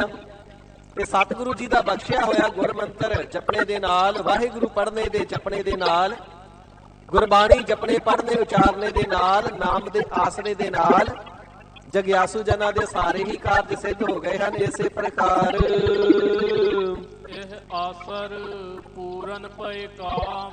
ਸਤਿਗੁਰੂ ਸੱਚੇ ਪਾਤਸ਼ਾਹ ਮਹਾਰਾਜ ਜੀ ਦੇ ਬਖਸ਼ੇ ਹੋਏ ਨਾਮ ਦੇ ਆਸਰੇ ਦੇ ਨਾਲ ਜਿਹੜਾ ਜੀਵ ਦਾ ਸਵਾਰਥ ਹੈ ਵਾਹਿਗੁਰੂ ਜੀ ਨੂੰ ਮਿਲਣਾ, ਵਾਹਿਗੁਰੂ ਜੀ ਦੇ ਨਾਲ ਮਿਲਾਪ ਰੂਪੀ ਕੰਮ ਵੀ ਜਗਿਆਸੂ ਜਨਾਂ ਦਾ ਪੂਰਾ ਹੋ ਗਿਆ, ਸੰਪੰਨ ਹੋ ਗਿਆ। ਵਾਹਿਗੁਰੂ ਜੀ ਦੀ ਪ੍ਰਾਪਤੀ ਵਾਲੇ ਹੋਏ ਹਨ ਜੀ। ਜਪ ਤਪ ਸੰਜਮ ਪੂਰੀ ਵਡਿਆਈ। ਇਹ ਸਾਹਿਬ ਜੀ ਦੁਨੀਆ ਦੇ ਅੰਦਰ ਜਪੀਏ ਲੋਕ ਜਪ ਕਰਦੇ ਨੇ, ਤਪੀਏ ਲੋਕ ਤਪ ਕਰਦੇ ਨੇ, ਤੇ ਬਹੁਤ ਸਾਰੇ ਲੋਕ ਨੇਮ ਕਰਕੇ ਫਿਰ ਸੰਜਮ ਰੱਖਦੇ ਨੇ।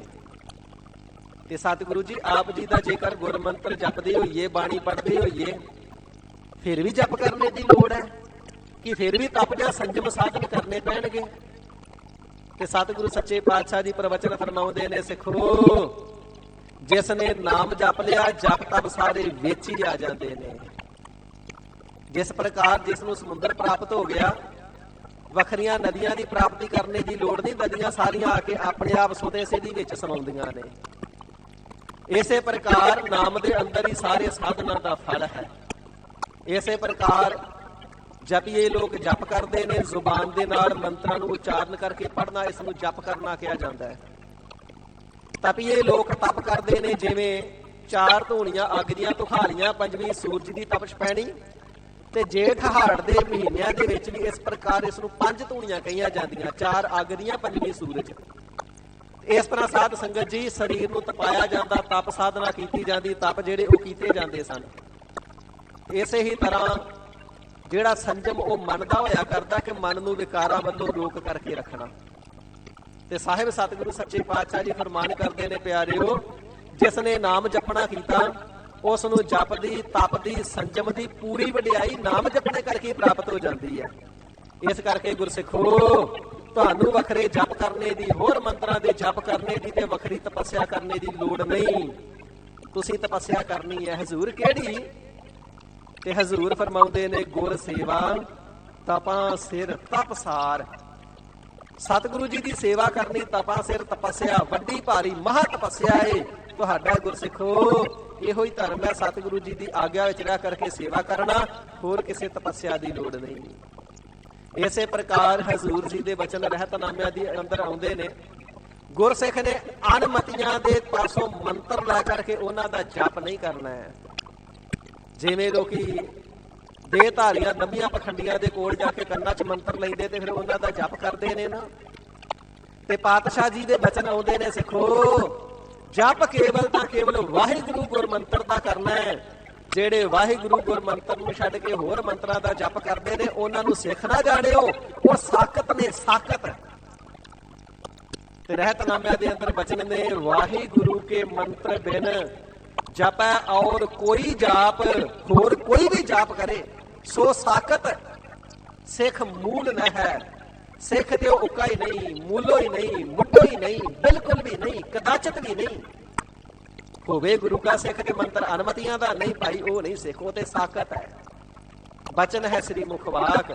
ਤੇ ਸਤਿਗੁਰੂ ਕਲਗੀਧਰ ਸਾਹਿਬ ਜੀ ਨੇ ਆਪਣੇ ਮੁਬਾਰਕ ਮੁਖਾਰ ਦੇ ਵਿੱਚੋਂ ਇਹ ਬਚਨ ਫਰਮਾ ਕਰਕੇ ਉਪਦੇਸ਼ ਦਿੱਤਾ ਹੈ। ਇਸ ਕਰਕੇ ਸਤਿਗੁਰੂ ਜੀ ਆਪਣੇ ਗੁਰਸਿੱਖਾਂ ਨੂੰ ਵਾਹਿਗੁਰੂ ਗੁਰਮੰਤਰ ਜਪਣੇ ਦਾ ਹੁਕਮ ਦਿੰਦੇ ਨੇ ਤੇ ਬਚਨ ਕਰਦੇ ਨੇ, ਪਿਆਰਿਓ ਜਪ ਤਪ ਸੰਜਮ ਦੀਆਂ ਪੂਰੀਆਂ ਵਡਿਆਈਆਂ ਨਾਮ ਦੁਆਰਾ ਹੀ ਪ੍ਰਾਪਤ ਹੋ ਜਾਂਦੀਆਂ ਨੇ। ਇਸੇ ਪ੍ਰਕਾਰ ਜਪ ਤਪ ਸੰਜਮ ਪੂਰੀ ਵਡਿਆਈ, ਜਪ ਰਸਨਾ ਦੇ ਨਾਲ ਗੁਰਬਾਣੀ ਹੀ ਕਰਨਾ ਕਰੋ, ਤਪ ਸਤਿਗੁਰੂ ਜੀ ਦੀ ਸੇਵਾ ਕਰਨਾ ਕਰੋ। ਤੇ ਜਿਵੇਂ ਬਾਕੀ ਦੇ ਅਨਮਤੀਏ ਸੰਜਮ ਕਰਦੇ ਨੇ, ਜੀ ਹੁਣ ਮੈਂ 6 ਮਹੀਨੇ ਬਸਤਰ ਨਹੀਂ ਪਾਉਣੇ, ਜਾਂ ਸੰਜਮ ਭੋਜਨ ਵੱਲੋਂ ਕਰ ਲਿਆ, ਜੀ ਮੈਂ ਭੋਜਨ ਨਹੀਂ ਛਕਣਾ, ਦੁੱਧਾਧਾਰੀ ਹੋ ਕੇ ਬਹਿ ਜਾਂਦੇ ਨੇ। ਜਾਂ ਕੁਝ ਸਮੇਂ ਵਾਸਤੇ ਸੰਜਮ ਰੱਖਦੇ ਨੇ, ਜੀ ਮੈਂ ਇਤਨੇ ਸਾਲ 6 ਮਹੀਨੇ ਜਾਂ 2 ਸਾਲ ਜੋੜਾ ਨਹੀਂ ਪਾਉਣਾ। ਤੇ ਹਜ਼ੂਰ ਫਰਮਾਉਂਦੇ, ਪਿਆਰਿਓ ਇਹ ਸੰਜਮ ਨਹੀਂ, ਗੁਰਮਤ ਦਾ ਸੰਜਮ ਇਹ ਹੈ, ਅੱਖਾਂ ਨੂੰ ਸੰਜਮ ਵਿੱਚ ਰੱਖਣਾ, ਪਰਾਇਆ ਰੂਪ ਧਨ ਦੇਖ ਕੇ ਬੇਈਮਾਨ ਨਹੀਂ ਹੋਣਾ। ਕੰਨਾਂ ਦਾ ਸੰਜਮ ਰੱਖਣਾ, ਨਿੰਦਿਆ ਚੁਗਲੀ ਨਹੀਂ ਸਰਵਣ ਕਰਨੀ। ਜ਼ੁਬਾਨ ਦਾ ਸੰਜਮ ਹੈ, ਸਿਮਰਨ ਕਰਨਾ ਤੇ ਝੂਠ ਨਹੀਂ ਬੋਲਣਾ। ਪੈਰਾਂ ਦਾ ਸੰਜਮ ਇਹ ਹੈ ਕਿ ਤੁਰ ਕੇ ਠੇਕੇ ਸਨੇਮੇ ਕੁਸੰਗਤ ਵਿੱਚ ਨਹੀਂ ਜਾਣਾ। ਹੱਥਾਂ ਦਾ ਸੰਜਮ ਇਹ ਹੈ, ਇਹਨਾਂ ਦੇ ਨਾਲ ਸੇਵਾ ਕਰਨੀ ਹੈ ਤੇ ਚੋਰੀ ਚਕਾਰੀ ਨਹੀਂ ਕਰਨੀ ਹੈ। ਇਸ ਪ੍ਰਕਾਰ ਜਿਹੜੇ ਸਤਿਗੁਰੂ ਜੀ ਦੀ ਮਰਿਆਦਾ ਵਿੱਚ ਆ ਕਰਕੇ ਮਰਿਆਦਾ ਰੂਪੀ ਸੰਜਮ ਰੱਖਦੇ ਨੇ, ਸੇਵਾ ਰੂਪੀ ਤਪ ਕਰਦੇ ਨੇ, ਵਾਹਿਗੁਰੂ ਗੁਰਮੰਤਰ ਤੇ ਸਤਿਗੁਰੂ ਜੀ ਦੀਆਂ ਬਖਸ਼ੀਆਂ ਹੋਈਆਂ ਗੁਰਬਾਣੀਆਂ ਦਾ ਜਪ ਕਰਦੇ ਨੇ, ਪੂਰੀ ਵਡਿਆਈ, ਪੂਰੀ ਉਹਨਾਂ ਨੇ ਪੂਰਨ ਰੂਪ ਦੇ ਵਿੱਚ ਸਤਿਗੁਰੂ ਜੀ ਦੀ ਗੁਰਬਾਣੀ ਰੂਪੀ ਬ੍ਰਹਮ ਵਿਦਿਆ ਨੂੰ ਪੜ੍ਹਨਾ ਕੀਤਾ ਹੈ ਤੇ ਤਿੰਨਾਂ ਨੂੰ ਬ੍ਰਹਮ ਗਿਆਨ ਰੂਪੀ ਵਡਿਆਈ ਪ੍ਰਾਪਤ ਹੋਈ ਹੈ। ਸਤਿਗੁਰੂ ਜੀ ਕਿਰਪਾਲਤਾ ਕਰਕੇ ਬ੍ਰਹਮ ਗਿਆਨ ਰੂਪੀ ਫਲ ਹਿਰਦੇ ਰੂਪੀ ਝੋਲੀ ਦੇ ਵਿੱਚ ਪਾ ਕਰਕੇ ਬ੍ਰਹਮ ਗਿਆਨੀ ਬਣਾ ਕਰਕੇ ਜਿੱਥੇ ਇਸ ਲੋਕ ਦੇ ਅੰਦਰ ਵਡਿਆਈ ਬਖਸ਼ਦੇ ਨੇ, ਪਰ ਲੋਕ ਦੇ ਅੰਦਰ ਵੀ ਗਰੀਬ ਨਿਵਾਜ ਸਾਹਿਬ ਜੀ ਸਰੂਪ ਰੂਪ ਦੀ ਅਭੇਦਤਾ ਦੀ ਵਡਿਆਈ ਬਖਸ਼ ਦਿੰਦੇ ਨੇ, ਆਪਣਾ ਹੀ ਬਣਾ ਲੈਂਦੇ ਨੇ। ਇਸ ਕਰਕੇ ਸਿੱਖੋ ਤੁਹਾਨੂੰ ਅਨਮਤੀਆਂ ਦੇ ਜਪਾਂ ਦੀ, ਅਨਮਤੀਆਂ ਦੇ ਤਪਾਂ ਦੀ ਤੇ ਉਹਨਾਂ ਦੇ ਸੰਜਮਾਂ ਦੀ ਲੋੜ ਨਹੀਂ। ਸਤਿਗੁਰੂ ਜੀ ਦੀ ਆਗਿਆ ਵਿੱਚ ਰਹਿ ਕਰਕੇ ਸਿਮਰਨ ਭਜਨ ਬੰਦਗੀ ਕਰਨੀ, ਜਪਾਂ ਦੇ ਫਲ, ਤਪਾਂ ਦੇ ਫਲ, ਸੰਜਮਾਂ ਦੇ ਫਲ ਸਾਰੇ ਮਿਲ ਜਾਂਦੇ ਨੇ ਤੇ ਵਾਹਿਗੁਰੂ ਜੀ ਦੀ, ਪੂਰੇ ਪਰਮੇਸ਼ਰ ਜੀ ਦੀ, ਪੂਰਨ ਜੀ ਦੀ ਪ੍ਰਾਪਤੀ ਰੂਪੀ ਵਡਿਆਈ ਸੁਭਾਵਕ ਹੀ ਸਤਿਗੁਰੂ ਜੀ ਬਖਸ਼ ਦਿੰਦੇ ਹਨ। ਗੁਰ ਕਿਰਪਾਲ ਹਰ ਭਏ ਸਹਾਈ। ਤੇ ਜਿਸ ਵੇਲੇ ਸਤਿਗੁਰੂ ਸੱਚੇ ਪਾਤਸ਼ਾਹ ਮਹਾਰਾਜ ਜੀ ਕਿਰਪਾਲੂ ਹੁੰਦੇ ਨੇ ਨਾ, ਕਿਰਪਾ ਆਲੂ, ਆਲੂ ਤੋਂ ਭਾਵ ਹੈ ਘਰ, ਸਤਿਗੁਰੂ ਜੀ ਕਿਰਪਾ ਦੇ ਹੀ ਘਰ ਨੇ। ਤੇ ਜਿਸ ਵੇਲੇ ਸਤਿਗੁਰੂ ਜੀ ਕਿਰਪਾਲਤਾ ਕਰਦੇ ਨੇ, ਫਿਰ ਹਰੀ ਪ੍ਰਮਾਤਮਾ ਵਾਹਿਗੁਰੂ ਜੀ ਜੀਵ ਦੇ ਸਹਾਇਕ ਬਣ ਜਾਂਦੇ ਨੇ, ਜੀਵ ਦਾ ਸਾਥ ਦੇਣ ਵਾਲੇ ਬਣ ਜਾਂਦੇ ਨੇ, ਜੀਵ ਦੀ ਸਭ ਜਗ੍ਹਾ ਤੇ ਰਖਵਾਲੀ ਕਰਨੇ ਵਾਲੇ ਹੋ ਜਾਂਦੇ ਹਨ ਜੀ। ਮਾਨ ਮੋਹ ਹੋਏ ਗੁਰ ਭਰਮ। ਤੇ ਜਿਸ ਵੇਲੇ ਸਤਿਗੁਰੂ ਜੀ ਨੇ ਦਇਆਲਤਾ ਕੀਤੀ, ਹਰੀ ਪ੍ਰਮਾਤਮਾ ਜੀ ਨੇ ਸਹਾਇਤਾ ਕੀਤੀ, ਤੇ ਫਿਰ ਹਿਰਦੇ ਦੇ ਵਿੱਚੋਂ ਜੀਵ ਦੇ ਵਿਕਾਰ ਨਾਸ਼ ਹੋ ਗਏ। ਮਾਨ ਮੋਹ, ਜਿਹੜਾ ਸਰੀਰ ਦਾ ਮਾਣ ਸੀ, ਸਰੀਰ ਦੀ ਜਵਾਨੀ ਦਾ ਮਾਣ ਸੀ, ਸਰੀਰ ਦੇ ਬਲ ਦਾ ਮਾਣ ਸੀ, ਪੜ੍ਹੀ ਹੋਈ ਵਿਦਿਆ ਦਾ ਮਾਣ ਸੀ, ਉਹ ਮਾਣ ਵੀ ਸਤਿਗੁਰੂ ਜੀ ਨੇ ਕਿਰਪਾਲਤਾ ਕਰਕੇ ਮਿਟਾ ਦਿੱਤਾ। ਇਸੇ ਪ੍ਰਕਾਰ ਜਿਹੜਾ ਸਰੀਰ ਦਾ ਮੋਹ ਸੀ, ਪਦਾਰਥਾਂ ਸੰਬੰਧੀਆਂ ਦਾ ਮੋਹ ਸੀ, ਸਤਿਗੁਰੂ ਸੱਚੇ ਪਾਤਸ਼ਾਹ ਜੀ ਨੇ ਕਿਰਪਾ ਕਰਕੇ ਉਹ ਮੋਹ ਵੀ ਮਿਟਾ ਦਿੱਤਾ। ਖੋਏ ਗੁਰ ਭਰਮ, ਤੇ ਜਿਹੜਾ ਸਰੂਪ ਰੂਪ ਦਾ ਭਰਮ ਪਿਆ ਹੋਇਆ ਨਾ, ਮਨੁੱਖ ਨੇ ਸਰੀਰ ਨੂੰ ਹੀ ਆਪਣਾ ਵਾਸਤਵ, ਆਪਣਾ ਅਸਲੀ ਸਰੂਪ ਮੰਨਿਆ ਹੋਇਆ, ਇਹ ਭਰਮ ਦੀ ਨਿਸ਼ਾਨੀ ਹੈ। ਸਾਧ ਸੰਗਤ ਜੀ, ਜਿਹੜਾ ਜੀਵ ਹੈ ਇਹ ਸਰੀਰ ਥੋੜਾ, ਇਹ ਤੇ ਜੋਤ ਹੈ। ਮਨ ਤੂੰ ਜੋਤ ਸਰੂਪ ਹੈ, ਆਪਣਾ ਮੂਲ ਪਛਾਣ। ਜੀਵ ਦੇ ਹਿਰਦੇ ਵਿੱਚ ਐਸਾ ਭਰਮ ਪੈ ਗਿਆ ਕਿ ਸਰੀਰ ਨੂੰ ਆਪਣਾ ਵਾਸਤਵ ਰੂਪ ਮੰਨ ਕੇ ਤੇ ਪ੍ਰਮਾਤਮਾ ਜੀ ਦੇ ਨਾਲੋਂ ਆਪਣੇ ਆਪ ਨੂੰ ਵੱਖਰਾ ਮੰਨ ਕੇ ਮਨ ਦੇ ਵਿੱਚ ਵੱਖਰੀ ਹੋਂਦ ਸਥਾਪਿਤ ਕਰ ਬੈਠਾ ਜੀ, ਮੈਂ ਫਲਾਨਾ ਸਿੰਘ ਹਾਂ। ਇਸ ਪ੍ਰਕਾਰ ਨਾਮ ਦੀ ਤੇ ਸਰੀਰ ਦੀ ਹੰਗਤਾ ਧਾਰਨ ਕਰਨ ਲਈ ਕਾਰਨ ਕੀ ਹੈ? ਧਰਮ। ਤੇ ਸਤਿਗੁਰੂ ਸੱਚੇ ਪਾਤਸ਼ਾਹ ਜੀ ਨੇ ਜਿਨ੍ਹਾਂ ਦੇ ਉੱਪਰ ਕਿਰਪਾਲਤਾ ਕੀਤੀ, ਹਰੀ ਪ੍ਰਮਾਤਮਾ ਜੀ ਤਿੰਨਾਂ ਦੇ ਸਹਾਇਕ ਬਣੇ, ਤੇ ਸਤਿਗੁਰੂ ਜੀ ਦੇ ਉਪਦੇਸ਼ ਦੁਆਰਾ ਹਰੀ ਪ੍ਰਮਾਤਮਾ ਜੀ ਨੇ ਤਿੰਨਾਂ ਦੇ ਹਿਰਦੇ ਦੇ ਵਿੱਚੋਂ ਮਾਣ ਵੀ ਖਤਮ ਕਰ ਦਿੱਤਾ, ਸਰੀਰ ਤੇ ਪਦਾਰਥਾਂ ਦਾ ਮੋਹ ਵੀ ਖਤਮ ਕਰ ਦਿੱਤਾ, ਤੇ ਖੋਏ ਗੁਰ ਭਰਮ, 5 ਪ੍ਰਕਾਰ ਦੇ ਜਿਹੜੇ ਵੱਡੇ ਭਾਰੀ ਭਰਮ ਜੀਵ ਦੇ ਹਿਰਦੇ ਦੇ ਅੰਦਰ ਨੇ ਨਾ, ਉਹਨਾਂ ਭਰਮਾਂ ਨੂੰ ਵੀ ਸਤਿਗੁਰੂ ਜੀ ਨੇ ਮੇਟ ਦੇਣਾ ਕੀਤਾ। ਕਿਉਂਕਿ ਸਾਰੇ ਦੁੱਖਾਂ ਦਾ ਮੂਲ ਕਾਰਨ ਸਾਧ ਸੰਗਤ ਜੀ ਭਰਮ ਵੀ ਹੈ। ਜਿਵੇਂ ਬੇਅੰਤ ਕਾਰਨ ਹਉਮੈ ਹੈ, ਵਿਕਾਰ ਹੈ, ਸੋ ਭਰਮ ਵੀ ਇੱਕ ਕਾਰਨ ਹੈ ਜਿਹੜਾ ਜੀਵ ਨੂੰ ਜਨਮਾਂ ਜਨਮਾਂਤਰਾਂ ਦੇ ਅੰਦਰ ਭਰਮਾਉਂਦਾ ਹੈ ਤੇ ਵਾਹਿਗੁਰੂ ਜੀ ਦੇ ਨਾਲੋਂ ਵਿਛੋੜ ਕੇ ਰੱਖਦਾ ਹੈ। ਸਤਿਗੁਰੂ ਜੀ ਨੇ ਕਿਰਪਾ ਕੀਤੀ, ਹਰੀ ਪ੍ਰਮਾਤਮਾ ਜੀ ਸਹਾਇਕ ਬਣੇ, ਮਾਣ ਮੋਹ ਤੇ ਭਰਮ ਉਤਮ ਜਗਿਆਸੂਆਂ ਦੇ ਹਿਰਦੇ ਦੇ ਵਿੱਚੋਂ ਨਾਮ ਦੀ ਬਰਕਤ ਦੇ ਨਾਲ ਪ੍ਰਮਾਤਮਾ ਜੀ ਨੇ ਕਿਰਪਾਲਤਾ ਕਰਕੇ ਮੇਟ ਦਿੱਤੇ, ਖੋਏ ਨਾਸ਼ ਕਰ ਦਿੱਤੇ। ਵੇਖ ਨਾਨਕ ਪਸਰੇ ਪਾਰ ਬ੍ਰਹਮ। ਤੇ ਪਿਆਰਿਓ, ਫਿਰ ਤਿੰਨਾਂ ਨੇ ਸਾਰਿਆਂ ਜੀਵਾਂ ਦੇ ਅੰਦਰ ਇੱਕ ਹਰੀ ਅਕਾਲ ਪੁਰਖ ਵਾਹਿਗੁਰੂ ਦੀ ਜੋਤ ਹੀ ਪਸਰਦੀ ਹੋਈ ਦੇਖੀ ਹੈ ਕਿ ਸਾਰਿਆਂ ਸਰੀਰਾਂ ਦੇ ਅੰਦਰ, ਆਕਾਰਾਂ ਦੇ ਅੰਦਰ, ਚਾਹੇ ਉਹ ਸਰੀਰ ਨਰ ਦਾ ਹੈ, ਚਾਹੇ ਨਾਰੀ ਦਾ ਹੈ, ਚਾਹੇ ਪਸ਼ੂ ਦਾ ਹੈ, ਚਾਹੇ ਪੰਛੀ ਦਾ ਹੈ, ਚਾਹੇ ਕੀੜੇ ਮਕੌੜੇ ਨੇ, ਮਹਾਤਮਾ ਜਨ ਉਹਨਾਂ ਨੂੰ ਵੀ ਦੁੱਖ ਨਹੀਂ ਦਿੰਦੇ, ਕਿਉਂਕਿ ਸਭਨਾਂ ਵਿੱਚ ਵਾਹਿਗੁਰੂ ਜੀ ਦੀ ਜੋਤ ਜਾਣਦੇ ਨੇ। ਸੰਤ ਬਾਬਾ ਹਰਨਾਮ ਸਿੰਘ ਜੀ ਰਾਮਪੁਰ ਖੇੜੇ ਵਾਲਿਆਂ ਨੂੰ ਸਤਿਗੁਰੂ ਹਰਗੋਬਿੰਦ ਸਾਹਿਬ ਜੀ ਨੇ ਦਰਸ਼ਨ ਦੇ ਕਰਕੇ ਸੇਵਾ ਲਾਈ। ਹਰਨਾਮ ਸਿੰਘਾ, ਇਹ ਜਿਹੜਾ ਰਾਮਪੁਰ ਖੇੜਾ ਅਸਥਾਨ ਹੈ ਨਾ, ਸਾਧ ਸੰਗਤ ਜੀ ਹੁਸ਼ਿਆਰਪੁਰ ਜ਼ਿਲ੍ਹੇ ਚ, ਹਜ਼ੂਰ ਨੇ ਫਰਮਾਇਆ ਸੀ ਸਿੱਖਾਂ ਦੇ ਸਮੇਤ ਇੱਥੇ ਡੇਰਾ ਕੀਤਾ ਸੀ, ਇੱਥੇ ਗੁਰਦੁਆਰਾ ਯਾਦ ਬਣਾਓ, ਅਸਥਾਨ ਬਣਾਓ। ਬਾਬਾ ਜੀ ਨੇ ਹੁਕਮ ਮੰਨ ਕਰਕੇ ਗੁਰ ਅਸਥਾਨ ਬਣਾਇਆ, ਤੇ ਪਹਾੜੀ ਤੇ ਹੋਣ ਦੇ ਕਾਰਨ, ਪਹਾੜੀ ਇਲਾਕਾ ਹੋਣ ਦੇ ਕਾਰਨ ਉੱਥੇ ਨਾ ਕੀੜੇ ਮਕੌੜੇ, ਸੱਪ, ਠੂਹੇ, ਬਿੱਛੂ ਬੜੇ ਆਇਆ ਕਰਦੇ, ਤੇ ਬਾਬਾ ਜੀ ਨੇ ਕਦੇ ਕਿਸੇ ਜੀਵ ਨੂੰ ਮਾਰਨਾ ਨਾ, ਚਿਮਟੀ ਦੇ ਨਾਲ ਚੁੱਕ ਕਰਕੇ ਕੁੱਜੇ ਦੇ ਵਿੱਚ ਪਾ ਲੈਣਾ, ਦੂਸਰਾ ਠੂਹਾ ਬਿੱਛੂ ਆ ਜਾਣਾ, ਚਿਮਟੀ ਨਾਲ ਚੁੱਕਣਾ, ਕੁੱਜੇ ਵਿੱਚ ਪਾ ਲੈਣਾ। ਸਾਰਾ ਦਿਨ ਜਿਤਨੇ ਜੀਵ ਜੰਤੂ ਆਉਣੇ, ਜੇ ਸੱਪ ਵੀ ਆਉਣੇ ਤੇ ਉਸ ਨੂੰ ਮਾਰਨਾ ਨਹੀਂ, ਅੱਗੇ ਤੋੜ ਦੇਣਾ, ਡਰਾ ਕੇ ਭੇਜ ਦੇਣਾ। ਤੇ ਜੇ ਛੋਟਾ ਸਕੋਲੀਆ ਹੋਣਾ ਤੇ ਚਿਮਟੀ ਨਾਲ ਚੁੱਕ ਕੇ ਕੁੱਜੇ ਵਿੱਚ ਪਾ ਲੈਣਾ। ਤੇ ਜਿਤਨੇ ਜੀਵ ਜੰਤੂ ਸਵੇਰ ਦੇ ਜ਼ਹਿਰੀਲੇ ਜੀਵ ਵੀ ਫੜੇ ਹੁੰਦੇ, ਮਾਰਨੇ ਨਾਲ ਇਕੱਠੇ ਕਰ ਲੈਣੇ, ਤੇ ਸ਼ਾਮ ਨੂੰ ਦੂਰ ਸੈਰ ਕਰਨ ਵਾਸਤੇ ਜਾਣਾ ਤੇ ਦੂਰ ਜਾ ਕੇ ਛੱਡ ਆਉਣੇ। ਤੇ ਜੇ ਗੁਰੂ ਘਰ ਵਿੱਚ ਰਹਿਣਗੇ ਤੇ ਸੰਗਤ ਨੂੰ ਦੁੱਖ ਦੇਣਗੇ। ਇਸ ਪ੍ਰਕਾਰ ਸਭਨਾਂ ਦੇ ਅੰਦਰ ਵਾਹਿਗੁਰੂ ਜੀ ਦੀ ਜੋਤ ਦੇਖ ਕਰਕੇ ਕਿਸੇ ਨੂੰ ਮਾਰਦੇ, ਦੁੱਖ ਨਹੀਂ ਦਿੰਦੇ। ਸਭਨਾਂ ਦੇ ਅੰਦਰ ਇੱਕ ਹਰੀ ਅਕਾਲ ਪੁਰਖ ਵਾਹਿਗੁਰੂ ਜੀ ਦੀ ਜੋਤ ਹੀ ਪਸਰੀ ਹੋਈ ਤਿੰਨਾਂ ਨੂੰ ਨਜ਼ਰ ਆਉਂਦੀ ਹੈ। ਇਸੇ ਪ੍ਰਕਾਰ ਵੇਖ ਨਾਨਕ ਪਸਰੇ ਪਾਰ ਬ੍ਰਹਮ। ਹਜ਼ੂਰ ਪਾਤਸ਼ਾਹ ਜੀ ਫਰਮਾਵਨਾ ਕਰਦੇ ਨੇ, ਗੁਰੂ ਅਰਜਨ ਦੇਵ ਸੱਚੇ ਪਾਤਸ਼ਾਹ ਜੀ ਮਹਾਰਾਜ, ਵੇਖ ਨਾਨਕ ਪਸਰੇ, ਉਹਨਾਂ ਨੇ ਸਭ ਜਗ੍ਹਾ ਤੇ ਪਸਾਰਾ ਹਰੀ ਅਕਾਲ ਪੁਰਖ ਵਾਹਿਗੁਰੂ ਜੀ ਦਾ ਹੀ ਦੇਖਿਆ ਹੈ। ਜਿੱਥੇ ਕਿਥੇ ਵੀ ਝਾਤ ਪਾਉਂਦੇ ਨੇ, ਨਜ਼ਰ ਮਾਰਦੇ ਨੇ, ਹਰੀ ਅਕਾਲ ਪੁਰਖ ਵਾਹਿਗੁਰੂ ਹੀ ਸਾਖਿਆਤਕਾਰ ਤਿੰਨਾਂ ਨੂੰ ਦਿਸਦਾ ਹੈ। ਇਹ ਜਿਹੜਾ ਸੰਸਾਰ ਵਾਹਿਗੁਰੂ ਜੀ ਦਾ ਘਰ ਹੈ, ਕੋਠੜੀ ਹੈ ਉਸ ਦੀ, ਤੇ ਵਾਹਿਗੁਰੂ ਜੀ ਸੰਸਾਰ ਰੂਪੀ ਘਰ ਦੇ ਅੰਦਰ ਵਸ ਰਹੇ ਨੇ। ਇਹੋ ਜਗ ਸੱਚੇ ਕੀ ਹੈ ਕੋਠੜੀ, ਸੱਚੇ ਕਾ ਵਿਚਵਾਸ। ਤੇ ਜਿਤਨੀ ਕਾਇਨਾਤ ਪਸਾਰਾ ਸਾਰਾ ਨਜ਼ਰ ਆਉਂਦਾ, ਇਸ ਨੂੰ ਵਾਹਿਗੁਰੂ ਜੀ ਦਾ ਸਰੂਪੀ ਜਾਣਦੇ ਨੇ। ਵਾਹਿਗੁਰੂ ਜੀ ਸਾਰੇ ਪਸਾਰੇ ਦੇ ਅੰਦਰ ਸਮਾਏ ਹੋਏ ਨੇ। ਸਾਧ ਸੰਗਤ ਜੀ, ਬੜੀ ਅਚਰਜਤਾ ਹੈ। ਮਿਸਤਰੀ, ਇੰਜੀਨੀਅਰ, ਕਾਰੀਗਰ ਮਕਾਨ ਬਣਾਉਂਦਾ ਪਰ ਕੰਧਾਂ 'ਚ ਨਹੀਂ ਸਮਾ ਸਕਦਾ। ਘੁਮਿਆਰ ਨੇ ਘੜਾ ਬਣਾ ਦਿੱਤਾ ਪਰ ਘੜੇ ਦੇ ਵਿੱਚ ਸਮਾਇਆ ਹੋਇਆ ਨਹੀਂ। ਇੰਜੀਨੀਅਰ ਨੇ ਗੱਡੀ, ਮੋਟਰ, ਮਸ਼ੀਨਰੀ ਬਣਾ ਦਿੱਤੀ ਪਰ ਉਸ ਦੇ ਵਿੱਚ ਸਮਾਇਆ ਹੋਇਆ ਨਹੀਂ। ਪਰ ਪਰਮਾਤਮਾ ਜੀ ਨੇ ਜਿੰਨੀ ਵੀ ਰਚਨਾ ਕੀਤੀ ਹੈ, ਸਾਰੀ ਰਚਨਾ ਦੇ ਵਿੱਚ ਸਮਾਏ ਹੋਏ ਨੇ। ਐਸੇ ਅਚਰਜ ਸਰੂਪ ਨੇ।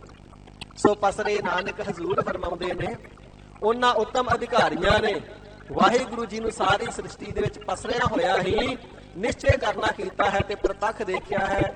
ਫਿਰ ਪੜ੍ਹਦੇ ਹੋ ਜੀ, ਨਾਨਕ ਪਸਰੇ ਪਾਰ ਬ੍ਰਹਮ। ਸੋ ਪਾਰ ਬ੍ਰਹਮ ਜਿਹੜਾ ਸ੍ਰਿਸ਼ਟੀ ਪ੍ਰਕਿਰਤੀ ਦੇ ਪਾਰਾਵਾਰ ਤੋਂ ਪਰੇ ਹੈ, ਪੁੰਨਾ ਪਾਪਾ ਤੋਂ ਪਰੇ ਹੈ, ਉਸੇ ਨੂੰ ਪਰਿਆ ਹੋਇਆ ਵਿਆਪਕ ਸਰੂਪ ਪ੍ਰਮਾਤਮਾ ਜੀ ਦੇ ਪਿਆਰਿਆਂ ਨੇ ਜਾਣਿਆ ਹੈ। ਐਸੀ ਵੱਡੀ ਭਾਰੀ ਦਾਤ ਸਤਿਗੁਰਾਂ ਦੇ ਚਰਨਾਂ ਦੀ ਸ਼ਰਨ ਵਿਖੇ ਆ ਕਰਕੇ, ਸਤਿਗੁਰੂ ਜੀ ਦੀ ਸਿੱਖਿਆ ਨੂੰ ਗ੍ਰਹਿਣ ਕਰਕੇ, ਗੁਰ ਮੰਤਰ ਨਾਮ ਜਪਣੇ ਦਾ ਮਹਾਤਮ ਤੇ ਸਤਿਗੁਰੂ ਜੀ ਦੀ ਬ੍ਰਹਮ ਵਿਦਿਆ ਰੂਪ ਗੁਰਬਾਣੀ ਪੜ੍ਹਨੇ ਦਾ ਮਹਾਤਮ ਗੁਰਦੇਵ ਪਿਤਾ ਜੀ ਨੇ ਸਿੱਖਾਂ ਨੂੰ ਉਪਦੇਸ਼ ਕਰਦਿਆਂ ਹੋਇਆਂ ਇਸ ਪਾਵਨ ਸ਼ਬਦ ਦੇ ਅੰਦਰ ਉਚਾਰਨ ਕਰਕੇ ਗੁਰ ਉਪਦੇਸ਼ ਦੀ ਮਹਿਮਾ ਤੇ ਸਤਿਗੁਰਾਂ ਦੇ ਚਰਨਾਂ ਦੀ ਸ਼ਰਨ ਵਿੱਚ ਪੈਣ ਦਾ ਫਲ ਗਰੀਬ ਨਿਵਾਜ ਸਾਹਿਬ ਜੀ ਨੇ ਦਰਸਾਇਆ ਹੈ ਜੀ। ਗੌੜੀ ਮਹੱਲਾ ਪੰਜਵਾ। ਸਤਿਗੁਰੂ ਗੁਰਦੇਵ ਪਿਤਾ ਜੀ ਗੌੜੀ ਰਾਗ ਦੇ ਅੰਦਰ ਪਾਵਨ ਉਪਦੇਸ਼ ਦੀ ਬਖਸ਼ਿਸ਼ ਕਰ ਰਹੇ ਹਨ ਜੀ। ਵਿਖੇ ਰਾਜ ਤੇ ਅੰਧਲਾ ਭਾਰੀ। ਇਹ ਸਤਿਗੁਰੂ ਸੱਚੇ ਪਾਤਸ਼ਾਹ ਜੀ, ਦੁਨੀਆ ਦੇ ਅੰਦਰ ਜੋ ਦੇਖਿਆ ਜਾਂਦਾ ਹੈ, ਇੱਕ ਲੋਕ ਤਾਂ ਰਾਜੇ ਨੇ, ਮਹਿਲਾਂ ਵਿੱਚ ਵਸਦੇ ਨੇ, ਖਜ਼ਾਨੇ ਭਰੇ ਨੇ, ਰਖਵਾਲੀ ਕਰਨ ਵਾਸਤੇ ਸ਼ਸਤਰ ਲੈ ਕੇ ਫੌਜਾਂ ਖੜੀਆਂ ਨੇ, ਰਾਣੀਆਂ ਦੇ ਨਾਲ, ਸ਼ਹਿਜ਼ਾਦਿਆਂ ਦੇ ਨਾਲ, ਪਰਿਵਾਰਾਂ ਦੇ ਨਾਲ, ਸੁੱਖਾਂ ਦੇ ਨਾਲ ਵਸਦੇ ਨੇ ਤੇ ਸਾਰੇ ਪਦਾਰਥਾਂ ਦੇ ਸਰੀਰ ਕਰਕੇ ਸੁੱਖ ਮਾਣਦੇ ਨੇ। ਤੇ ਸੱਚੇ ਪਾਤਸ਼ਾਹ ਇੱਕ ਐਸੇ ਲੋਕ ਵੇਖੇ ਜਾਂਦੇ ਜਿਨ੍ਹਾਂ ਦੇ ਸਰੀਰ ਵੀ ਸਾਬਤ ਨਹੀਂ, ਕੋਈ ਬੋਲਾ ਹੈ, ਕੋਈ ਟੁੰਡਾ ਹੈ, ਕੋਈ ਲੰਗੜਾ ਹੈ, ਕੋਈ ਪਿੰਗਲਾ ਹੈ। ਇਹ ਮਹਾਰਾਜ, ਇਹਨਾਂ ਵੱਡਾ ਤੋਂ ਦੁੱਖਾਂ ਤੋਂ ਵੱਡਾ ਦੁੱਖ ਹੈ ਅੱਖਾਂ ਤੋਂ ਅੰਨੇ ਹੋਣਾ। ਬੋਲਾ ਬੰਦਾ ਵੇਖ ਸਕਦਾ, ਤੁਰ ਸਕਦਾ, ਦੌੜ ਸਕਦਾ, ਰੰਗ ਤਮਾਸ਼ੇ ਦੁਨੀਆ ਦੇ ਦੇਖਦਾ, ਕੌਤਕ ਦੇਖਦਾ, ਰਿਸ਼ਤੇਦਾਰਾਂ ਨੂੰ ਤੱਕਦਾ, ਮਨ ਭਾਉਂਦੇ ਕੱਪੜੇ ਦੇਖਦਾ ਤੇ ਪਾਉਂਦਾ ਆਪ ਪਸੰਦ ਕਰਕੇ। ਪਰ ਸੱਚੇ ਪਾਤਸ਼ਾਹ ਜਿਹੜਾ ਅੰਨਾ ਬੰਦਾ, ਉਹਨੇ ਦੁਨੀਆ ਤੇ ਦੇਖਿਆ ਹੀ ਕੁਛ ਨਹੀਂ। ਉਹਨੂੰ ਸੂਰਜ ਦੀ ਧੁੱਪ ਕਹੀਏ, ਰੌਸ਼ਨੀ ਕਹੀਏ, ਚੰਦ ਦੀ ਰੌਸ਼ਨੀ ਕਹੀਏ, ਦੀਵੇ ਦੀ ਲੋ ਕਹੀਏ, ਕੁਛ ਨਹੀਂ ਦਿਸਦਾ। ਮਹਾਰਾਜ ਹਰਿਆਵਲਤਾ ਕਹੀਏ, ਕੁਦਰਤ ਦੇ ਨਜ਼ਾਰੇ ਕਹੀਏ, ਪਾਣੀ ਦੇ ਵਹਿੰਦੇ ਝਰਨਿਆਂ ਕੋਲ ਲੈ ਜਾਈਏ, ਕੁਛ ਨਹੀਂ ਦਿਸਦਾ। ਮਾਤਾ ਪਿਤਾ ਭੈਣ ਭਰਾ ਸੰਬੰਧੀ ਕੁਛ ਵੀ ਨਹੀਂ ਦਿਸਦਾ।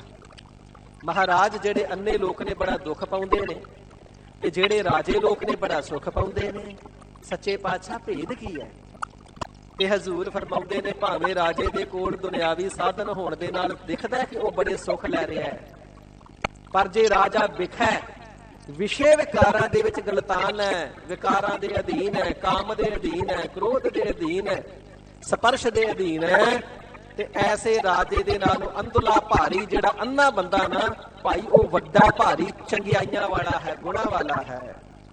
ਫਿਰ ਰਾਜੇ ਨੂੰ ਵੱਡਾ ਨਾ ਜਾਣੋ, ਅੰਨੇ ਨੂੰ ਹੀ ਵੱਡਾ ਜਾਣ ਲਵੋ। ਦੁੱਖ ਲਾਗੈ ਰਾਮ ਨਾਮ ਚਿਤਾਰੀ। ਸੱਚੇ ਪਾਤਸ਼ਾਹ ਰਾਜੇ ਨੂੰ ਛੋਟਾ ਤੇ ਅੰਨੇ ਨੂੰ ਵੱਡਾ ਭਾਰੀ ਕਿਉਂ ਕਹਿਣਾ ਕੀਤਾ ਹੈ? ਹਜ਼ੂਰ ਫਰਮਾਉਂਦੇ ਨੇ, ਰਾਜੇ ਨੂੰ ਦੁੱਖ ਲੱਗ ਜਾਵੇ ਨਾ ਤੇ ਹੁਕਮ ਚਾੜਦਾ, ਸੱਦ ਕੇ ਲਿਆਓ ਵੈਦ ਨੂੰ। ਉਹਦਾ ਰੱਬ ਤੇ ਭਰੋਸਾ ਨਹੀਂ ਜੇ ਹੁੰਦਾ। ਪਰ ਅੰਨੇ ਬੰਦੇ ਨੂੰ ਠੋਕਰ ਲੱਗ ਜਾਵੇ, ਦੁਖੀ ਹੁੰਦਾ ਹੈ, ਪੈਰ ਭੱਜ ਗਿਆ, ਪੈਰ ਪੱਟ ਗਿਆ, ਠੇਡਾ ਲੱਗ ਗਿਆ, ਕੁਝ ਵੀ ਹੋ ਗਿਆ, ਉਸੇ ਵੇਲੇ ਰੱਬ ਨੂੰ ਚੇਤੇ ਕਰਦਾ, ਹੇ ਮੇਰੇ ਰੱਬਾ, ਫਿਰ ਠੇਡਾ ਲੱਗ ਗਿਆ, ਦੁੱਖ ਮਿਲਿਆ। ਜਦੋਂ ਅੰਨੇ ਬੰਦੇ ਨੂੰ ਦੁੱਖ ਲੱਗਦਾ, ਠੇਡਾ ਲੱਗਦਾ, ਤੇ ਉਹ ਰੱਬ ਨੂੰ ਚੇਤੇ ਕਰਦਾ ਹੈ। ਉਹ ਵੱਡਾ ਇਸ ਕਰਕੇ ਨਹੀਂ ਕਿ ਉਹ ਅੰਨਾ ਹੈ, ਉਹ ਵੱਡਾ ਇਸ ਕਰਕੇ ਹੈ, ਵੱਡਾ ਭਾਰੀ ਇਸ ਕਰਕੇ ਹੈ ਕਿਉਂਕਿ ਦੁੱਖ ਲੱਗੇ ਤੇ ਰੱਬ ਨੂੰ ਚੇਤੇ ਕਰਦਾ ਹੈ। ਸਾਧ ਸੰਗਤ ਜੀ, ਕ੍ਰਿਸ਼ਨ ਭਗਵਾਨ ਜੀ ਦੀ ਰਿਸ਼ਤੇ ਦੇ ਵਿੱਚ ਭੂਆ ਲੱਗਦੀ ਹੈ ਪੰਡੂ ਰਾਜੇ ਦੀ ਘਰ ਵਾਲੀ ਕੁੰਤੀ, ਜੋ 5 ਪਾਂਡਵਾਂ ਦੀ ਮਾਤਾ ਹੈ, ਤੇ ਭਗਵਾਨ ਜੀ ਦੀ ਬੜੀ ਭਗਤੀ ਕਰਦੀ ਹੈ। ਤੇ ਕ੍ਰਿਸ਼ਨ ਜੀ ਨੇ ਪੁੱਛਣਾ ਕੀਤਾ, ਭੂਆ ਜੀ ਰਿਸ਼ਤੇ ਦੇ ਵਿੱਚ ਵੱਡੇ ਹੋ ਪਰ ਉਵੇਂ ਭਗਤ ਵੀ ਵੱਡੇ ਹੋ, ਤੇ ਕਿਸ ਮਨੋਰਥ ਨੂੰ ਲੈ ਕੇ ਭਗਤੀ ਕਰਦੇ ਹੋ ਦੱਸੋ, ਜੋ ਤੁਹਾਡਾ ਮਨੋਰਥ ਹੈ ਪੂਰਾ ਕਰ ਦਈਏ। ਤੇ ਕੁੰਤੀ ਨੇ ਕਹਿਣਾ ਕੀਤਾ, ਭਗਵਾਨ ਜੀ ਮੈਨੂੰ ਦੁੱਖ ਦਿਓ ਦੁੱਖ। ਕ੍ਰਿਸ਼ਨ ਜੀ ਹੱਸ ਪਏ। ਭੂਆ ਜੀ ਸਾਰੀ ਸ੍ਰਿਸ਼ਟੀ ਦੇ ਲੋਕ ਬੰਦਗੀ ਕਰਕੇ ਸੁੱਖ ਮੰਗਦੇ ਨੇ ਤੇ ਤੁਸੀਂ ਦੁੱਖ ਕਿਉਂ ਮੰਗਿਆ ਹੈ? ਤੇ ਕੁੰਤੀ ਜੀ ਨੇ ਕਹਿਣਾ ਕੀਤਾ, ਕਿਉਂਕਿ ਸੁੱਖਾਂ ਦੇ ਵਿੱਚ ਪ੍ਰਮਾਤਮਾ ਭੁੱਲ ਜਾਂਦਾ ਹੈ ਤੇ ਜਦੋਂ ਦੁੱਖ ਆਉਂਦਾ ਹੈ, ਦੁੱਖ ਲੱਗ ਗਿਆ ਤਾਂ ਰਾਮ ਪੁਕਾਰਾ ਹੈ। ਜਦੋਂ ਦੁੱਖ ਆਉਂਦਾ ਫਿਰ ਸੁਭਾਵਕ ਹੀ ਮੂੰਹ ਦੇ ਵਿੱਚੋਂ ਆਵਾਜ਼ ਨਿਕਲਦੀ, ਹਾਏ ਰੱਬਾ ਰੱਖ ਲੈ। ਦੁੱਖਾਂ ਦੇ ਵਿੱਚ ਰੱਬ ਚੇਤੇ ਆਉਂਦਾ ਹੈ, ਇਸ ਕਰਕੇ ਮੈਨੂੰ ਦੁੱਖ ਬਖਸ਼ੋ। ਜਦੋਂ ਦੁੱਖ ਆਉਂਦਾ ਤੇ ਰੱਬ ਕਦੇ ਭੁੱਲਦਾ ਹੀ ਨਹੀਂ।